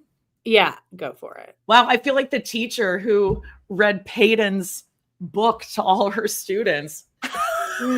Waiting with bated breath. Yeah, what a treat. She was hurt. I was hurt. Chapter 7, page 44. Janelle gave birth to Logan, the Brown family's first baby, 2 months after Kody and I got married in 1994. At the time, I thought Kody and I didn't have a honeymoon phase because Janelle's baby came so quickly after our wedding. Love that she said. What'd she say? Oh, John said he forgot about our live until about half an hour ago. Okay, sorry. Say it again. What happened? She said Kody and I didn't have a honeymoon phase because Janelle's baby came so quickly after our wedding. Honeymoon phase is a quote from Robin, and I love that she throws that shit in there. Yeah, because Handsome Alice and Vagina Daddy had a honeymoon marriage. Those two. Honeymoon marriage. They really did. And I mean, that means Kody and Robin will also have a honeymoon marriage, and they can honeymoon all the way to Brianna and Aurora and Ariola's birth moment when their baby crowns from their vagina. Yeah. Yeah. I love it. I loved being there for Logan's birth and supporting Janelle afterward. There's nothing better than the smell and the tiny feet and the burbles of a new baby. Is that a word? Burbles? I guess. There's an editor here, I assume. The kids. That's where I found true love. Every one of them. I had Aspen within the first year of our marriage, and her birth brought me a gift I never could have imagined. The ability to forgive. When I was pregnant with Aspen, I was chill. I was newly married, and I was excited about being pregnant. But I was also oddly reasonable. Not like myself exactly, and very much like Aspen is today. With Aspen, I even lost 30 pounds, but she was growing well, and it was never a concern because I'd always been heavy when I got pregnant.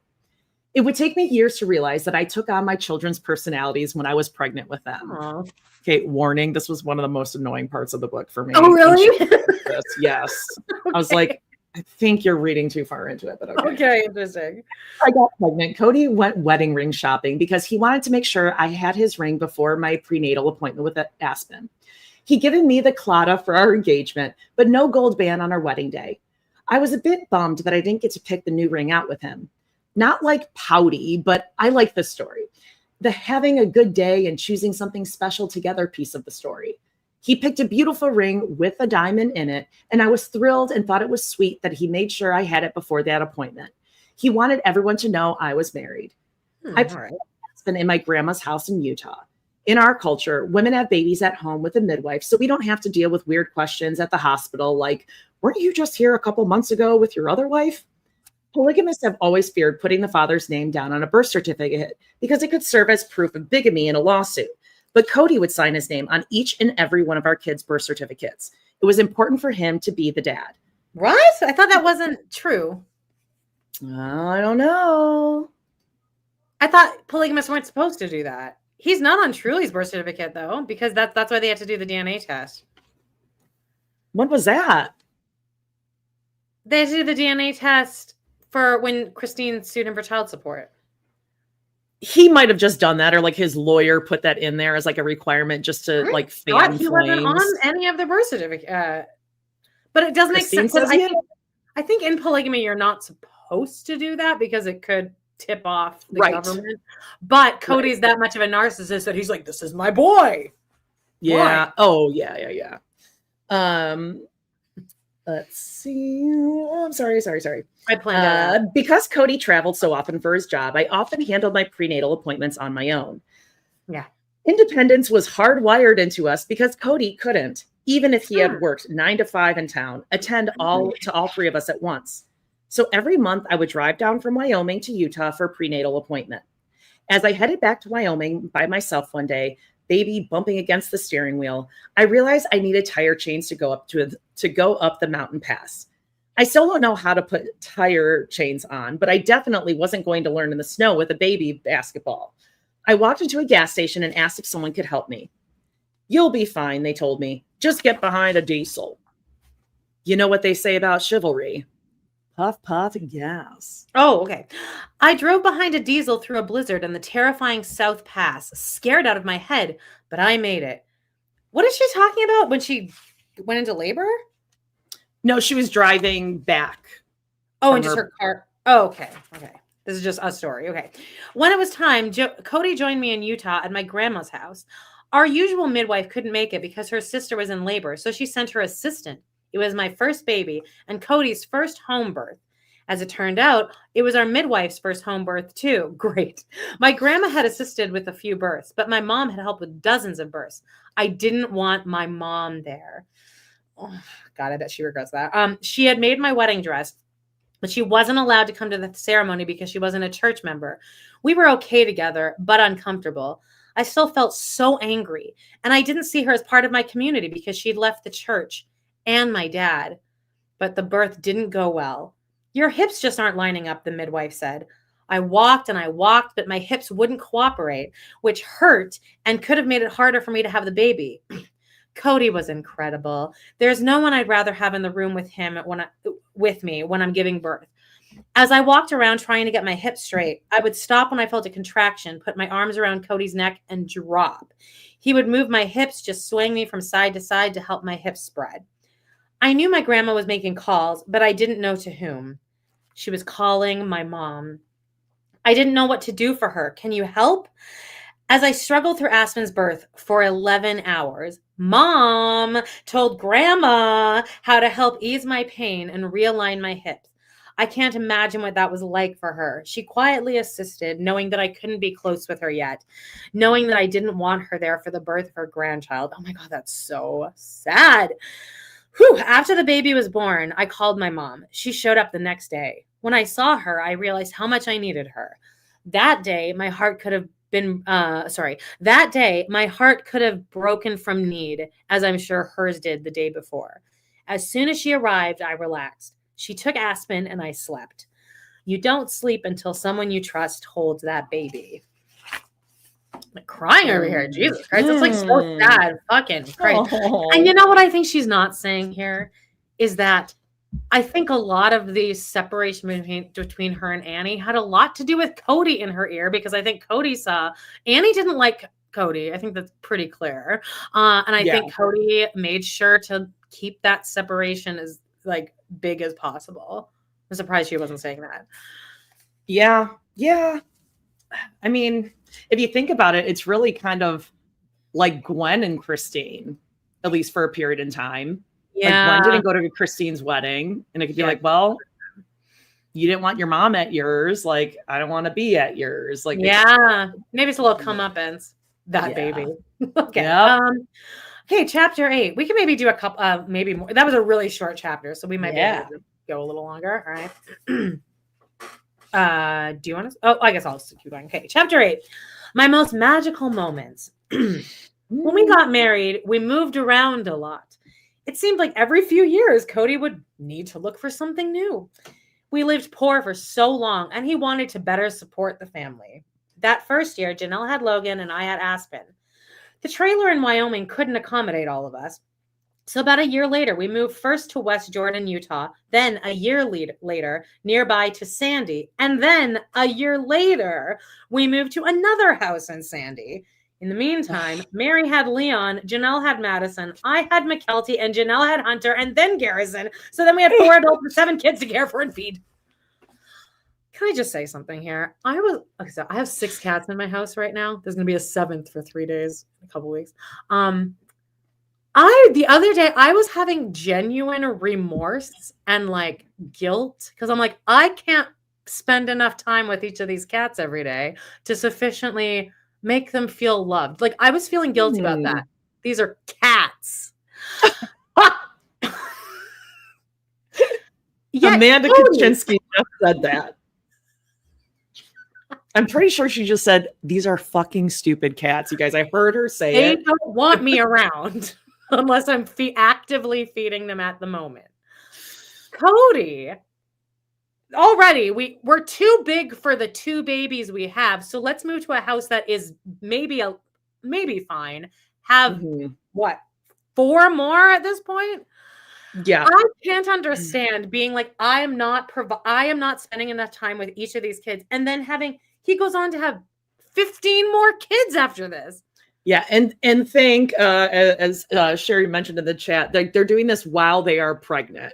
My kids were 13 months apart, and I can tell you, like, it's hard as fuck when you're like 8-9 months pregnant and you have a 10-month-old kid on your hip or whatever. Plus Christine taking care of all of them, or all of them helping each other with the ones that they have. Even if you're living in a house with a newborn that's not yours, it's work and extra. And imagine just babies and toddlers and adults you can't stand and hate, and you're having to hear them fuck in the room next to you at night, which we're going to hear about. Here's another great point. Kody wants to keep saving the money. So you know what really saves money? Moving. It's like the biggest. It cost me almost $10,000 to move across the country. Well, that's why you get more wives. They can help and have more kids then. He's got to go to work. He's got to go to work. Like, I feel like the house that they eventually end up in, then that's where you have 2 kids. But instead of waiting till you have enough Just keep having the kids. Oh, well, God called Kody, just like God called Robin about a rental, to just hold out, cease using all common sense, hold out. I'm going to find a rental for you. That's what God called and told Robin, and God called Kody and said, just keep fucking, just keep fucking and having the baby. episode where the wives are forced to go to Chicago to visit Leon and Audrey, and Robin is the whole time is going, sorry, I'm dampening the mood, guys.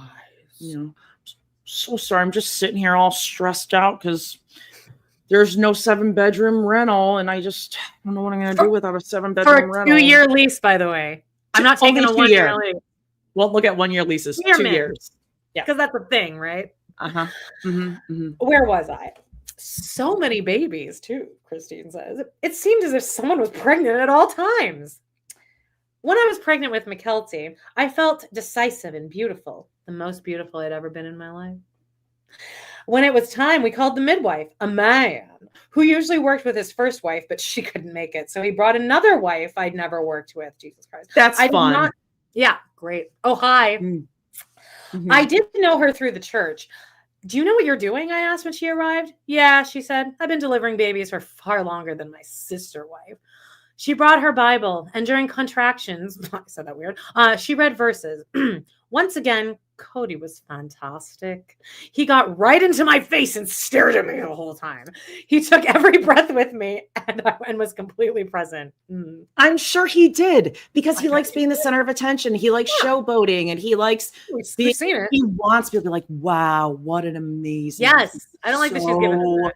Attentive. He's basically like Kristen Doty during Katie's wedding, where she's like the most bridesmaid of any bridesmaid. She's there. She is serving because she wants to be the bride. Kody wants to be the woman pushing the baby out. Special Forces is his labor, is his turn to give birth. I'm going to need you to lay off the Kristen Doty slander. You have now compared her to Kody Brown? Yeah. Yep. No. Yep. No. Yep. Yeppers. Once again, Kody. Okay, so here we go. This is my fastest labor, which describes Mykelti to a T.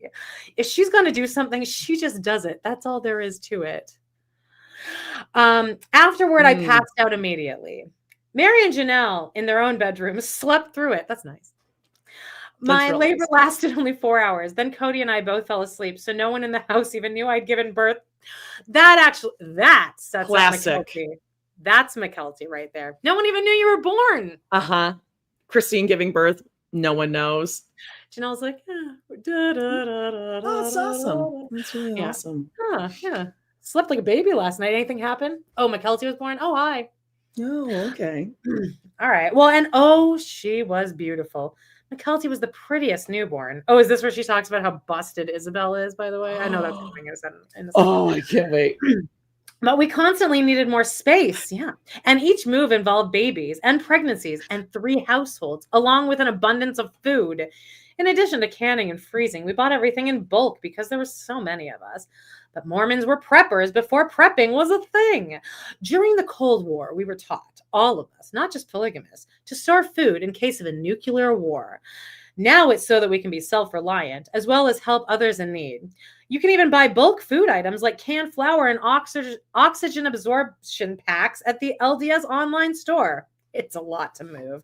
But while the moves cause chaos, we also come to rely on each other for childcare, cooking, and financial stability.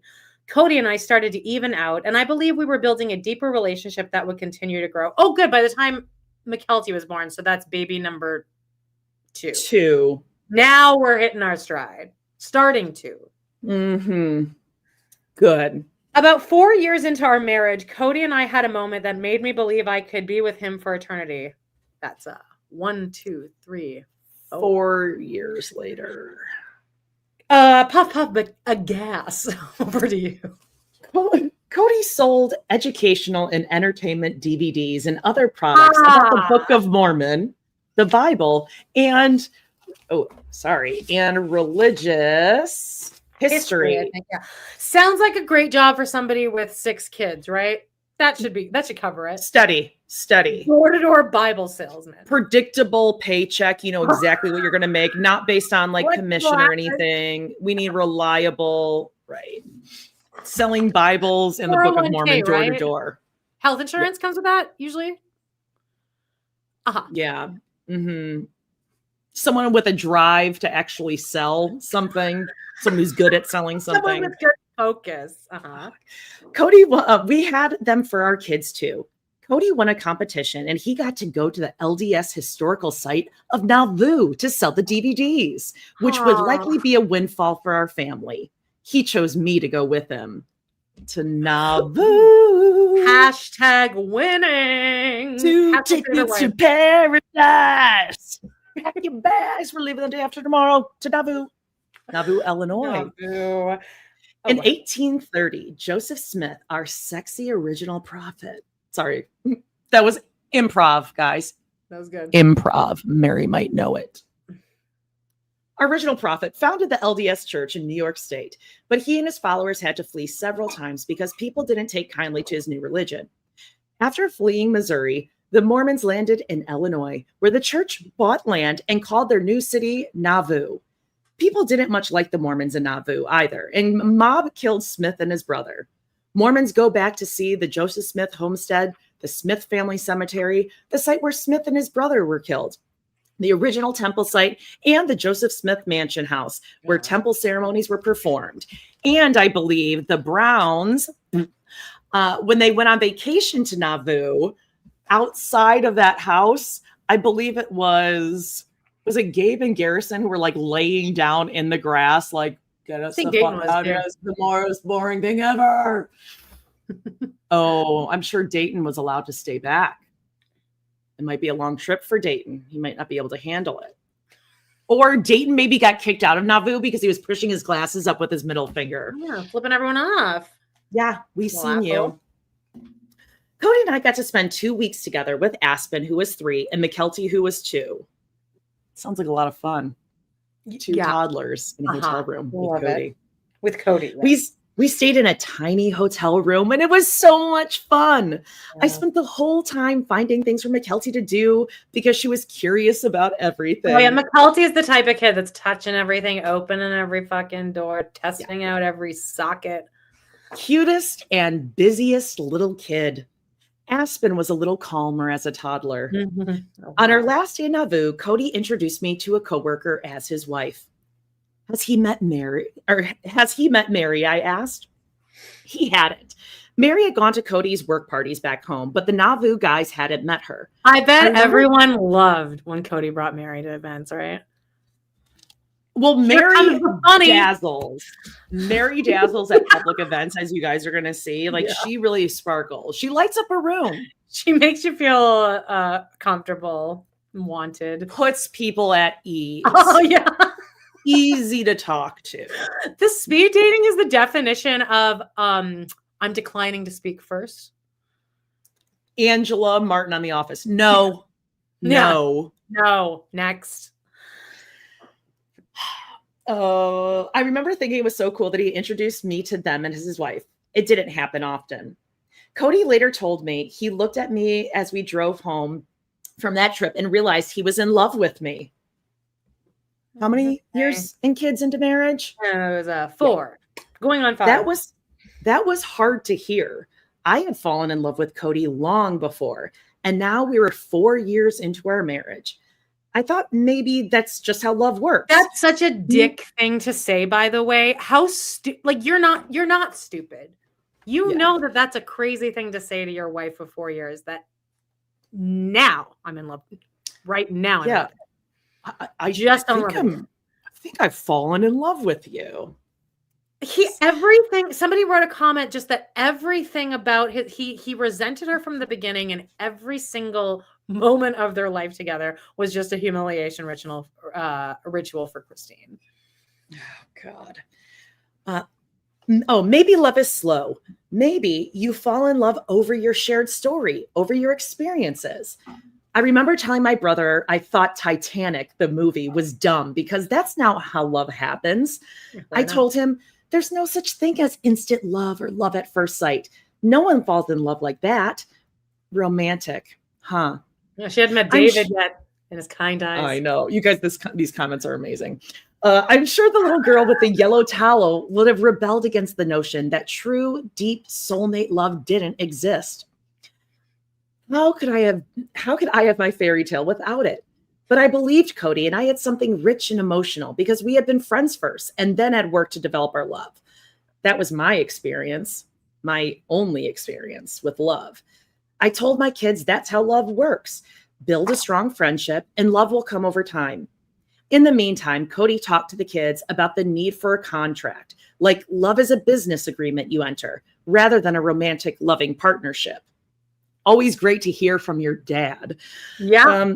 I understood that fairy tales were for monogamists, but they didn't have the special relationship with God that we did. And Kody and I had great dates. I think that was another slam. We had great dates. I wonder, because that was a rough moment for her. 100%. We went on trips together. We sang together in the car. We loved Phantom of the Opera. Sing for me, Christine. You know he said it. And like the Christine stuff is so high in Phantom of the Opera. It's a coloratura soprano role. Would it be a high G? Oh, it's going up to like an octave above that high G. And you know Christine was reaching for it. Well, she sure was, because she says, I, of course, sang the Christine parts. Why wouldn't she? Her name's Christine, for God's sake. And he has a great voice. We love to dance together. We even got into a rhythm with sex. And there were a few years where it was kind of good. How many? Oh, sorry. How many years are they married again now? 4 years. They got into the rhythm. The rhythm of sex. And that's not even saying we had a great sex life. It's we found a rhythm where we're both kind of fitting together. Yeah. And there were a few years where it was kind of good. Few years. Kind of. Yes, exactly, Alicia. Kind of good. Oh. About 2 years into our marriage, I had my first orgasm. Oh my God. Remember, so this is what Mikkel causes as Phantom for the theater kids out there. We call it Phantom. Fiddler.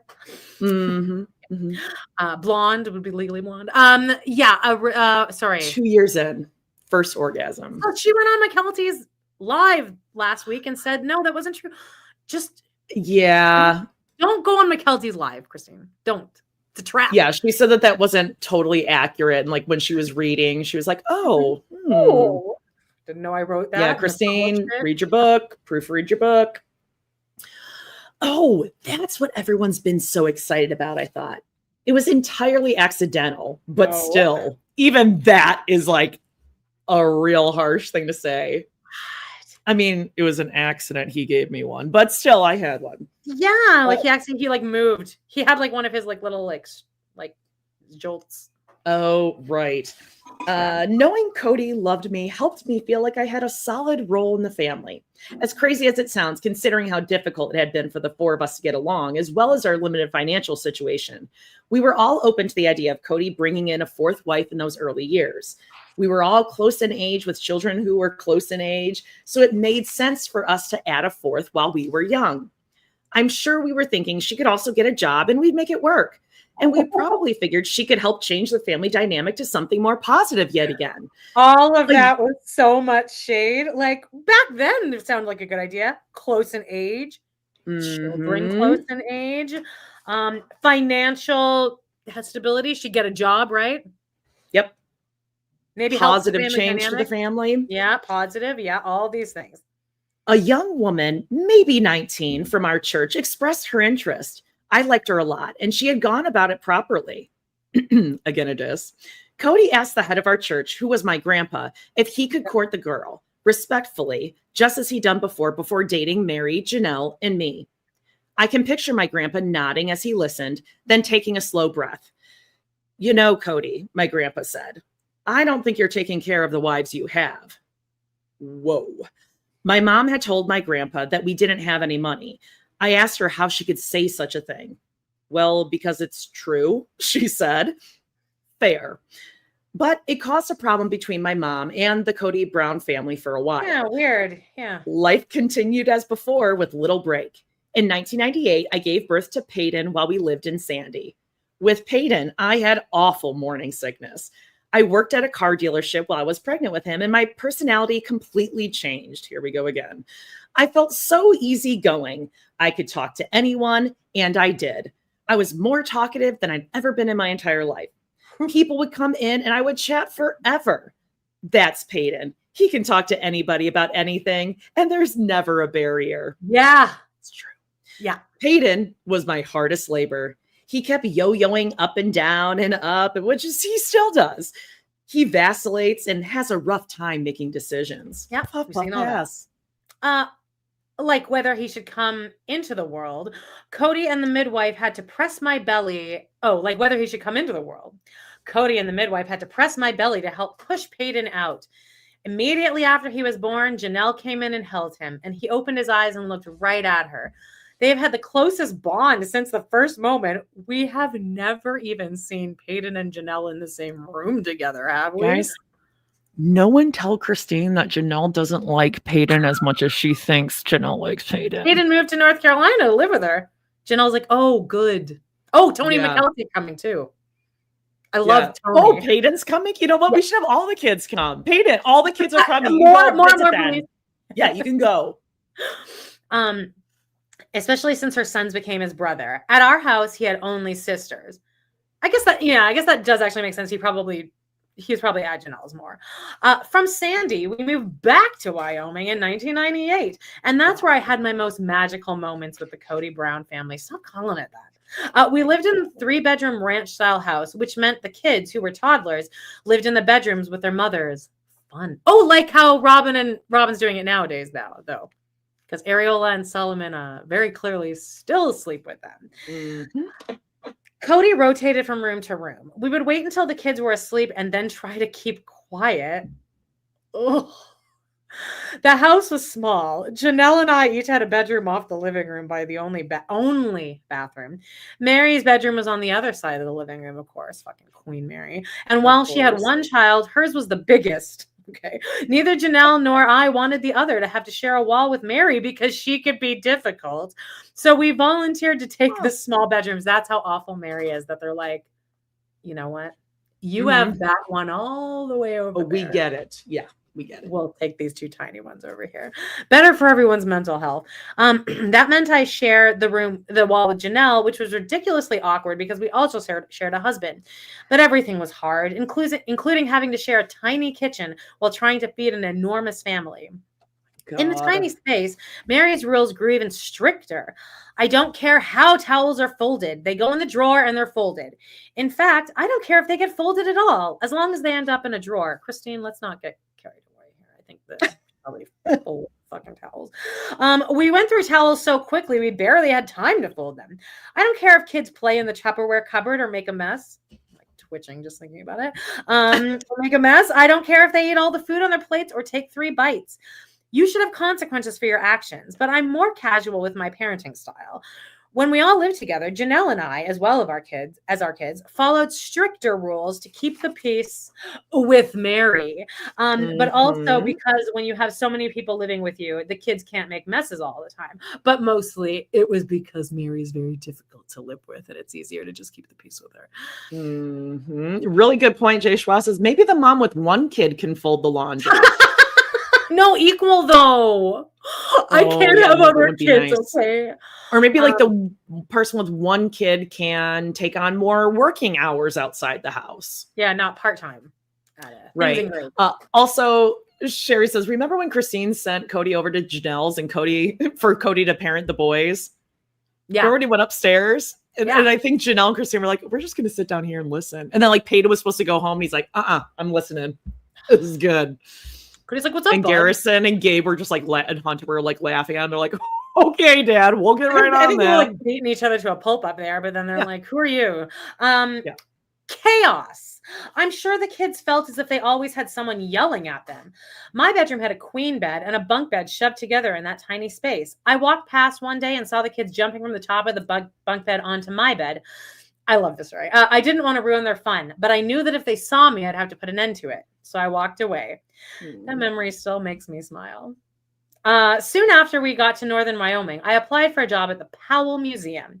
The interviewer asked me about my children. When I talked about Meri and Janelle's children, I called them my nieces and nephews, but really they were my kids. And I described my sister wives as my sisters. Yes, I have childcare because my sisters are nearby. The interview went well, but when I got to my car, I sat there feeling awful about it. I went back inside. I lied to you, I said. I'm sure she was in shock, figuring I was going to tell her I was a felon or didn't have a visa or something. I'm really sorry. I'm a polygamist. There are 3 wives. We raise our children together. If we're going to be working together, you need to know the truth. This woman's like, you're working part-time at a museum. Yeah. You're working Tuesday and Thursdays, 6 to close. I won't even see you. You're following a script the whole time. Yeah, I keep friendships and work separate. So like whatever you do in your own time is fine. I apologized and told her it's common in our culture because we've had so much fear from the outside world, but she was great. We got on so well, and I loved working there more than anywhere else I've worked. I gave tours throughout the Homesteader Museum in Powell, Wyoming, and sometimes I got to work at the Buffalo Bill Historical Center, which I loved. That would actually be a good job for her. Tour guide. She would be so genuinely excited to do that. She should work at Heritage Park. That's the kind of person that should be working at like Heritage Park, where you're like fully immersed, an immersive experience with Christine. Did Kody and Robin and the kids go to this? Remember they went to like some Buffalo Bill. Oh, maybe. Sort of thing. When? Like on one of their like reenactment. Remember, and it was raining, and they're like, "Oh, Ariola, get your raincoat on!" Oh God, Kody, there were the rain's rolling in. When they had Garrison's urn in the car. That yeah. Oh yeah, maybe. Of course, they don't bring up that Christine. Well, whatever. During the 5 years I worked part time there, my boss never told a soul because no one would care. Why would it? Why would she tell anyone? No one gives a fuck, right? The real magic began a year after we moved into the ranch house, when we built Meri a house on the same property and she moved out. Oh, then Janelle moved to a house closer to town. In Wyoming, we added to our family. Janelle had Gabriel a few days before I had Gwendolyn. That's 10 kids if you're keeping count. I hadn't planned to name the baby Gwendolyn, but she gave me no choice. As I was driving home from work, I heard clear out of the blue, "Mom, my name is Gwendolyn." I went home and told Kody, her name is Gwendolyn. Yeah, but did Gwendolyn tell you to spell it in this insane way? Did the baby tell you that? Gwendolyn. Gwendolyn. Huh? He said, I don't know how I feel about that. I explained, she told me her name's Gwendolyn. And that was that. When I was pregnant with Gwendolyn, strangers would rub my belly. I don't know why people don't ask if they can do that, but it was almost like Gwendolyn pulled them in. She would move for them. Usually when someone touches you, the way you say it is that is how it is. Gwendolyn. It's 2 syllables, not 3. When someone touches their stomach, the baby freezes. Gwendolyn would press up against their hand, wanting to be seen, just like today. She loved it. I loved being pregnant with her. I worried about things being fair and just, and I would bring things up with Kody I never would have talked at before. That's what Gwendolyn's like. She needs things to be balanced. Even as a kid, if she got 2 cookies, then Gabe should get 2 cookies too. There's no drama in it. She just wants the justice with the blindfold and the scales. Her birth was my absolute favorite. The pain never got that bad. My hips, as usual, weren't aligned. Turn on ABBA, I said. I got this. They turned on Mamma Mia, and I started lip syncing. I bet you were singing a little bit too, though. I can tell you why that that guy's first wife didn't come back to be your midwife, Christine. Like she was like singing. She's like, I'm not. Yeah, she's dancing, singing. She had a boa. Yeah, she thinks we want to know all about the personality of her, like, baby in utero. That's like a whole fucking thing with her. Just go. Well, I went into transition during that song, Mamma Mia, crouched down on the floor on all fours, worked through the transition, got up, finished the song, and had her in 15 minutes. It was amazing. Also, I recently found out through DNA testing that I'm related to Meryl Streep. Okay. Pass. Gas. Okay. Don't believe like anything from that last page. It's too much. It's too much to believe. Okay. Also, why is that fun fact? Oh, also, DNA I'm related to Meryl Streep. Why does that even fit in there? And wouldn't that mean that also like Kody's also related because If anyone forgets, they are related. True. So they're all related. So Meryl Streep must be Mormon then. Okay. Robin's related years later, to Meryl Streep too then. And so years later when, I'm going to try to say it like you, years later when Gwendolyn started saying things like, I don't think that's fair, or I don't think that's right, I understood. I remembered. Oh, I was like that when I was pregnant with you. That's when I started to piece things together, that I take on the traits of my kids when I'm pregnant. I hate that. After Gwendolyn was born in 2001, Janelle worked full-time during the day, so I watched her kids and was the main caregiver in our family. This saved me. Polygamy appealed to me the most because of the kids. I wanted my kids to experience having other moms, but I also wanted the friendship with those sister wives and didn't understand how much work that would go into that. When you think about it, 50% of marriages end in divorce. So what are the chances of building permanent, loving relationships with 3 adults you barely know? It was work, but I was committed. They were too. We had a lot of good days. As I was figuring out my spot in the family, I realized that I like get-togethers. The Meryl Streep thing came up because she was talking about Mamma Mia. Because that was actually genuinely bothering me. Okay. Like, did you get a DNA test after Gwendolyn was born or something? Yeah. But it was because she was talking about Mamma Mia. Okay. Thank you, Joe in Salt Lake City. Okay, but I was just going to say, does Christine know about ABBA? But she did say play ABBA. Okay. Close call. Yes. 50% of marriages end in divorce. So what are the chances of building permanent, loving relationships with 3 adults you barely know? I was committed, and so were they. We had a lot of good days. As I was figuring out my spot in the family, I realized that I like get-togethers, and I love holidays. I love to play. Party wife. I thought it said patty wife. I'm like, patty cake. I thought you were saying pass. Pass. Oh, Thanksgiving was a production. One time we had 72 people for dinner. Crazy. Yeah. But it's a lovely holiday because it's about gathering and gratitude, not so much about consumerism. Pumpkin everything. I talked with Meri and Janelle about their favorite. What? We got a joke coming up. Just warning everyone for the joke. I talked with Meri and Janelle about their favorite traditions and foods. Meri liked to cook the turkey, and Kody liked her turkey, and she liked to make her mom's dressing. Her potatoes are so good. Holiday foods are important to all of us, but maybe more so to Meri than anybody else. Of course. She had things she made for specific holidays, and that was the only time they could be eaten. We couldn't make crab dip for Valentine's Day because it was for New Year's only. Fondue was for another holiday. Why, I thought, why can't we have fondue anytime? Tradition. Even now, I make some of those foods for specific holidays because my kids love those traditions so much. For Thanksgiving, I make beautiful rolls. Yeah, we know. We know about the goddamn rolls. Jesus Christ. Janelle's making them. Yeah, just the other day. One of my favorite memories will always be Kody's mom teaching me how to make those rolls. She swore by certain brands and used a wooden spoon to beat in every cup of flour by hand. I use an electric mixer. Then we figured out the pies. Pie. Okay. Janelle and I started making pies together in Wyoming. We perfected a recipe we call chocolate pie heaven.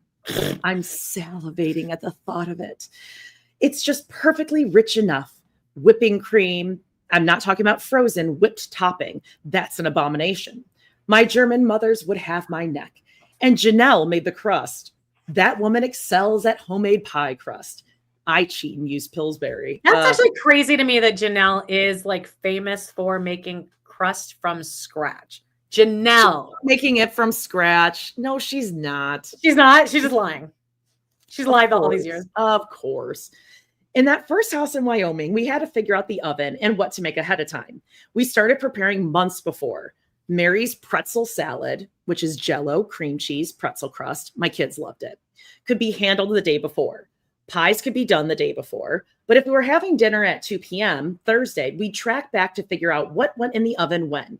The turkey needed to be warm, but it would take time to make the gravy. And that would give me a chance to put the rolls in the oven. And that was the key because we needed to smell them as we sat down for dinner. Hey, Christine, this is common for everyone making Thanksgiving dinner. Yeah, exactly. Thank you. Brownie Townie. Yeah. Like, so you're explaining how to host something at your house. How to cook any dinner, really. Is timing things out. yeah, this isn't unique to anyone else. Well, wait till we get to the chapter where she talks about her diet foods. I can't wait for that. Her diet tips. Yeah. Yeah. As the kids got older, they helped in the kitchen. They still love making those rolls. One year, I had everyone write what they were grateful for on a slip of paper, and I baked them inside the rolls. No one could eat the rolls until everyone read their slip of paper. Oh, that's cute. My kids say that was the most rubbish year ever. I hate the use of rubbish. Puff, puff, pass. The meal itself, I rarely got a chance to sit down for it. With all the ups and downs of platters and courses and second helpings, so much work always goes. Oh, good. A mom putting on a guilt trip. Also, something everyone's very familiar with.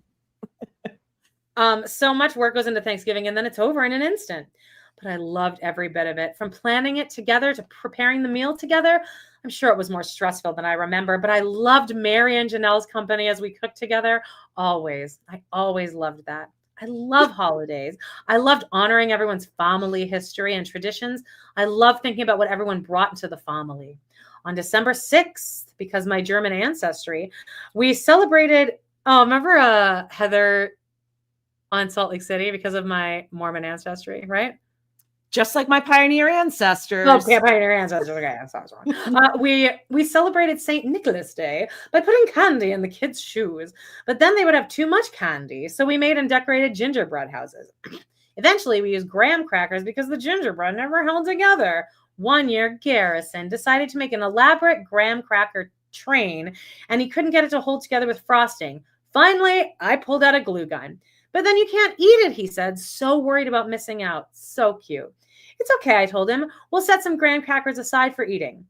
See, there is an example of like how I would have handled that situation as opposed to Christine. Like just that some people really do have just motherly, naturally good with kids. I wouldn't even know what the fuck to do there. You wouldn't just be like, well, just eat some and then you'll keep this. I think I would have a meltdown. I would lose. I'd have to leave. Like I can't. I'm overwhelmed. I've lost control. Then you can eat. Okay, he made a massive train, and as the other kids looked at their own leaning cottages, they wondered at and admired Garrison's project. Whoa, Garrison's is the best. From then on, everyone used the hot glue gun, and I let them eat all the crackers they wanted afterward. For a while, Cody didn't want to do Christmas. His best friend had decided that. Oh, here we go. Here we go. His best friend had decided to do only the Jewish holidays because that's something you can just decide, right? Because he felt that was more pleasing to God. He figured those were the holidays Jesus had. Okay, absolutely, I said. Whatever you want to do, I'll do it. Of course I'll do Shabbat. I'll do Hanukkah. I would braid the challah bread, and my kids love that. But more than anything, it was about having everyone together once a week. I hosted Shabbat often. That is a shame that did stop when Robin came into the family because that was a chance to actually have a set dinner every week. Yep. It is weird that they're doing a custom that they aren't part of the religion. Just doesn't seem correct. Amanda, you should probably pull out that chart again and refer to that because a man drew that. Just like a man made up this holiday for his family. Sure. You just believe a man, okay? Just listen to a man. Amanda would scrap the project. Yeah. So we're putting the gingerbread houses are over now. Yeah. We stopped doing Easter too. Kody and Janelle researched it and determined it was more pagan than Christian. Okay, like it's literally not though, right? It's like, well, I think it's because like the Easter bunny and all that kind of stuff. Okay. All right. That broke my heart. My moms, with their witch hats and cauldron of orange juice on the Halloween mornings of my childhood, didn't approve. My other mom, Aunt Susan, worried that the kids would be sad and that we should replace it with something equally fun. Kody went with Passover, which somehow isn't the same. Yeah. I continued to live in the small ranch house where I cooked for, cleaned up after, disciplined, and homeschooled our 10 kids. They were a rowdy bunch, but as they got older, they started to look after each other when they weren't wrestling or yelling. I did everything I could to keep them focused on their lessons. Okay. At one point, we built an Incan empire in the backyard, complete with canals and homes. Then we created this intricate communication system with Quipu. What's that? Did I say that right? No idea. Quipu? Q-U-I-P-U? Quipu, or strings with knots tied in different numbers and distances to relay messages. The kids would use a quipu to show how much corn or wheat they had, and then they would run it over to another tribe. I did my best, but I didn't have much money, and I had 10 kids under the age of 13. God. So while I have fond memories of teaching them, I knew they weren't getting the education they needed. Well, at least you knew that. Yeah. We played games to teach them math and Latin roots, but McKelty struggled with reading, and I could see that Garrison and Paedon were falling behind too. It wasn't always like Kim Plath. Take a note. Yeah, right. At least Christina's seeing it. Also, it wasn't I just always want to point out the fact that if they had canals and tunnels in the backyard, this Incan Empire, they probably dug right past the several graves that were in the Browns' backyards too. Oh yeah, true. By the way, we're this is still like quite a few pages long. So what do you want to do? We'll cut to a good stopping point. Yeah, we'll go past 11. Is that okay? Or you just want to end it at some point? Oh no, wherever you want to stop, we're good. No, you have a live later, so I have a live in 1 hour. It's okay. I already took notes. Though. We're fine. I did my best, but it wasn't always ideal because of my work situation. I worked at the museum, spent one evening a week at Walmart, and had a paper route. God, but it helped me find my place in the family. I felt like as a woman, we started to figure out how we could live together-ish, but also help each other. If you think about it, most of us have friends we love to spend small amounts of time with, but who would drive us crazy if they lived in the spare bedroom. We started to settle into something more realistic. Another woman started to show interest in Kody. But this time, none of us were interested. She and Kody worked in the same town, so she would get a ride to our house and then have Kody take her to work. She flirted with him constantly, and Kody can be ridiculously flirty too. But her flirting with a married guy was not super cool. She was extra. Her mom and dad started hinting at possibilities, but nobody talked about a potential courtship. Her dad had 2 wives. They should have known better. And she didn't work on a relationship with Meri, Janelle, and me. She called constantly. And Kody spent a lot of time on the phone with her. I bet Kody was just cheating with her. Yes? Can we? Yes. Yes. Yes. Yes. If he would. That's pretty much what he was saying to Robin. Want to get his pencil wet. Yeah. I got sick of it. I thought she disrespected our marriage to Kody. I remember I was tired all the time because I was pregnant. And so I took a nap. Look, she calls again. You need to let me intervene. I told Meri and Janelle. This is ridiculous. She called. Janelle knocked on my door. Where's the phone? I asked. We gave it to Kody, she said. Seriously? Kody was in the garage working with his brothers. I opened the door and could see he was on the phone, so I roared her name. Whoa. Picture Samuel L. Jackson in Pulp Fiction. Okay, Kristen. Interesting comparison. Well, or maybe Ursula in The Little Mermaid. I love Ursula in brackets. Are you talking to her right now? I said to Kody. Yeah, he said. Give me the phone, I said, and I grabbed it. You have made a wrong decision here, I said to the woman. You should have been brown-nosing me. In a plural family, you have to build a relationship with the wives too. And you chose to ignore us, and that is your problem, and you will never get further than this. It is over. You will get your own rides to work. You will not call him anymore. You will not get through me. Whoa. And then I hung up the phone. She told her who's boss. Sure did. When I looked up, Kody's brothers were all standing with their mouths open because they had never seen that side of me. I'm the fun, happy-go-lucky, everything's always peachy wife. No, you mean she's a woman. What? How dare she speak? She's a woman. You're going to let her talk to you like that? Crazy. Mm-hmm. But don't cross me. That ain't going to work out well for you. Puff gas, because I think the client. Oh, interesting insight here, Bridget. I've talked to the woman. Needs to be done in 10 minutes. So, okay, I've talked with the woman since, and she said, "Yeah, I behaved badly," and I said, "Yeah, I may have too." She's happily married now. We focused on raising our kids together as siblings. In our culture, aunt is synonymous with other mom. My other mom was my Aunt Susan, and as a kid, I didn't understand why until I realized it was a protection against the outside world. Even before we went public, we decided we didn't want to do that. We also didn't like Mother Meri or Mother Christine. It felt old-fashioned. Mother Goose, Mother Teresa. It's old Mother Hubbard. Ew. We had the kids call us by our first names. So I was mom to my kids and Christine to Meri's and Janelle's kids. Then we raised them as siblings.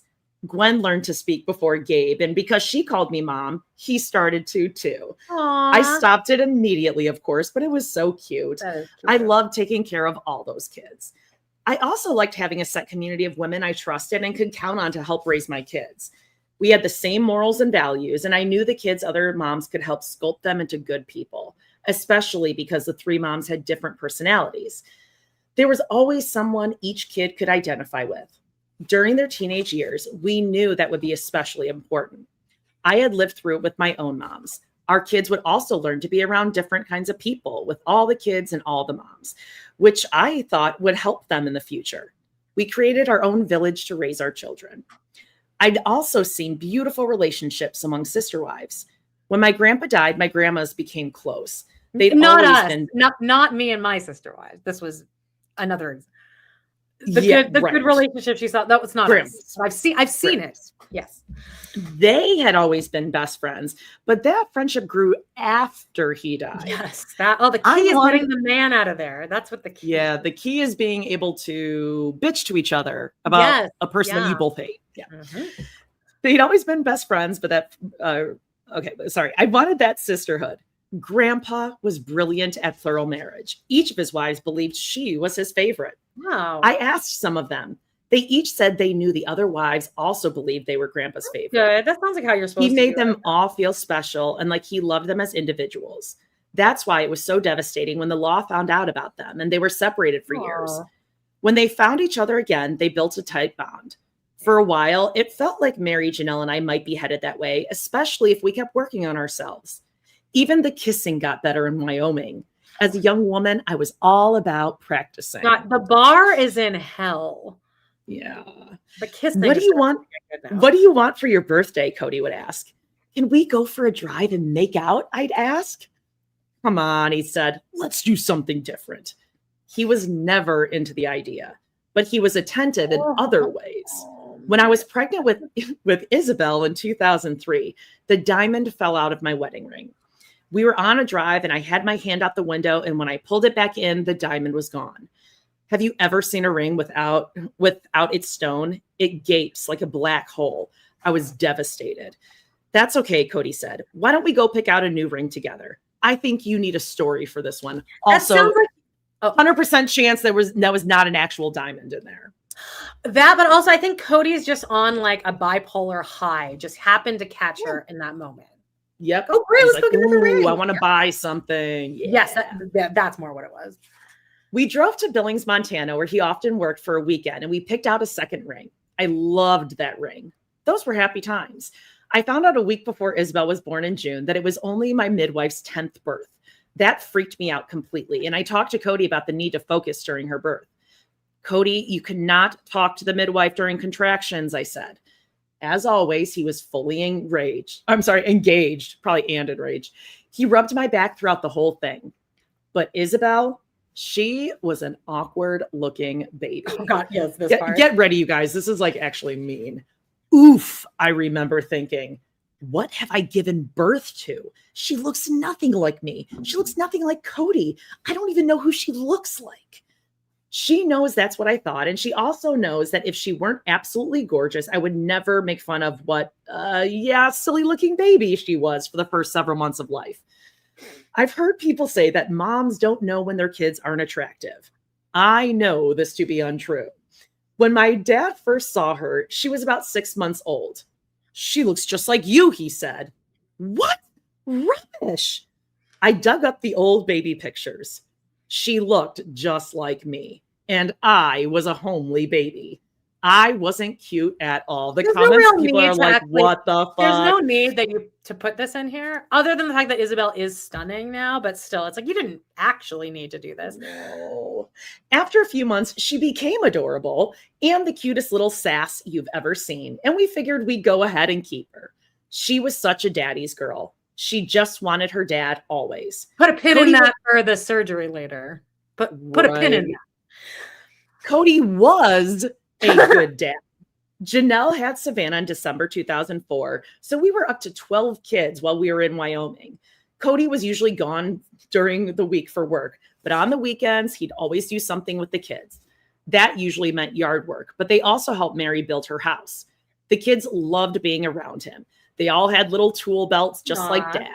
He was fun, and I loved to watch him with them. He would pull all the weeds in the garden, then bundle them together for bonfires.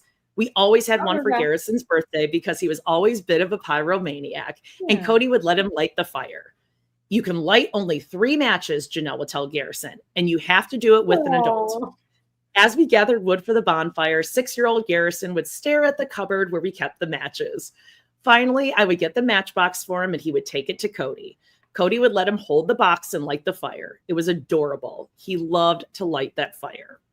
On the weekends, we played. If it snowed, we had a snowball fight and went sledding. We go for drives into Kody's dad's ranch. We tried to set up piñatas a few times, but our kids were just too happily aggressive to be waving sticks around. You might get hit with this stick. You might get They're crazy with Red Rover, too. They're all built tough and fierce, little forces of nature. I wonder how many kids in history's arms have been dislocated from Red Rover. Oh, God, so ripped out. Right. Puff Puff Pass, where this is just what I wanted. Okay, I have a new client coming. Otherwise, I would send my assistant. You got it. Can we just end here? Then now it moves back to her mom, so we'll finish that next week, right there. You got it. But let's just wrap it up, you guys. This was so much fun. I love spending time. This was amazing. Thank you guys for coming to Browntown. Remember, every Friday, 10 a.m. Central, Browntown. Every Tuesday, noon Central, is our big watch along for episode 2 of season 20. Get ready because it's a good one. Yeah. We gotta jet on out. So check out Patreon, check out everything, check out your live, Amanda's Live Pod in the City, link down at the bottom of the page. We love you. Amanda, play us out. You're all adults, you guys. Bye-bye.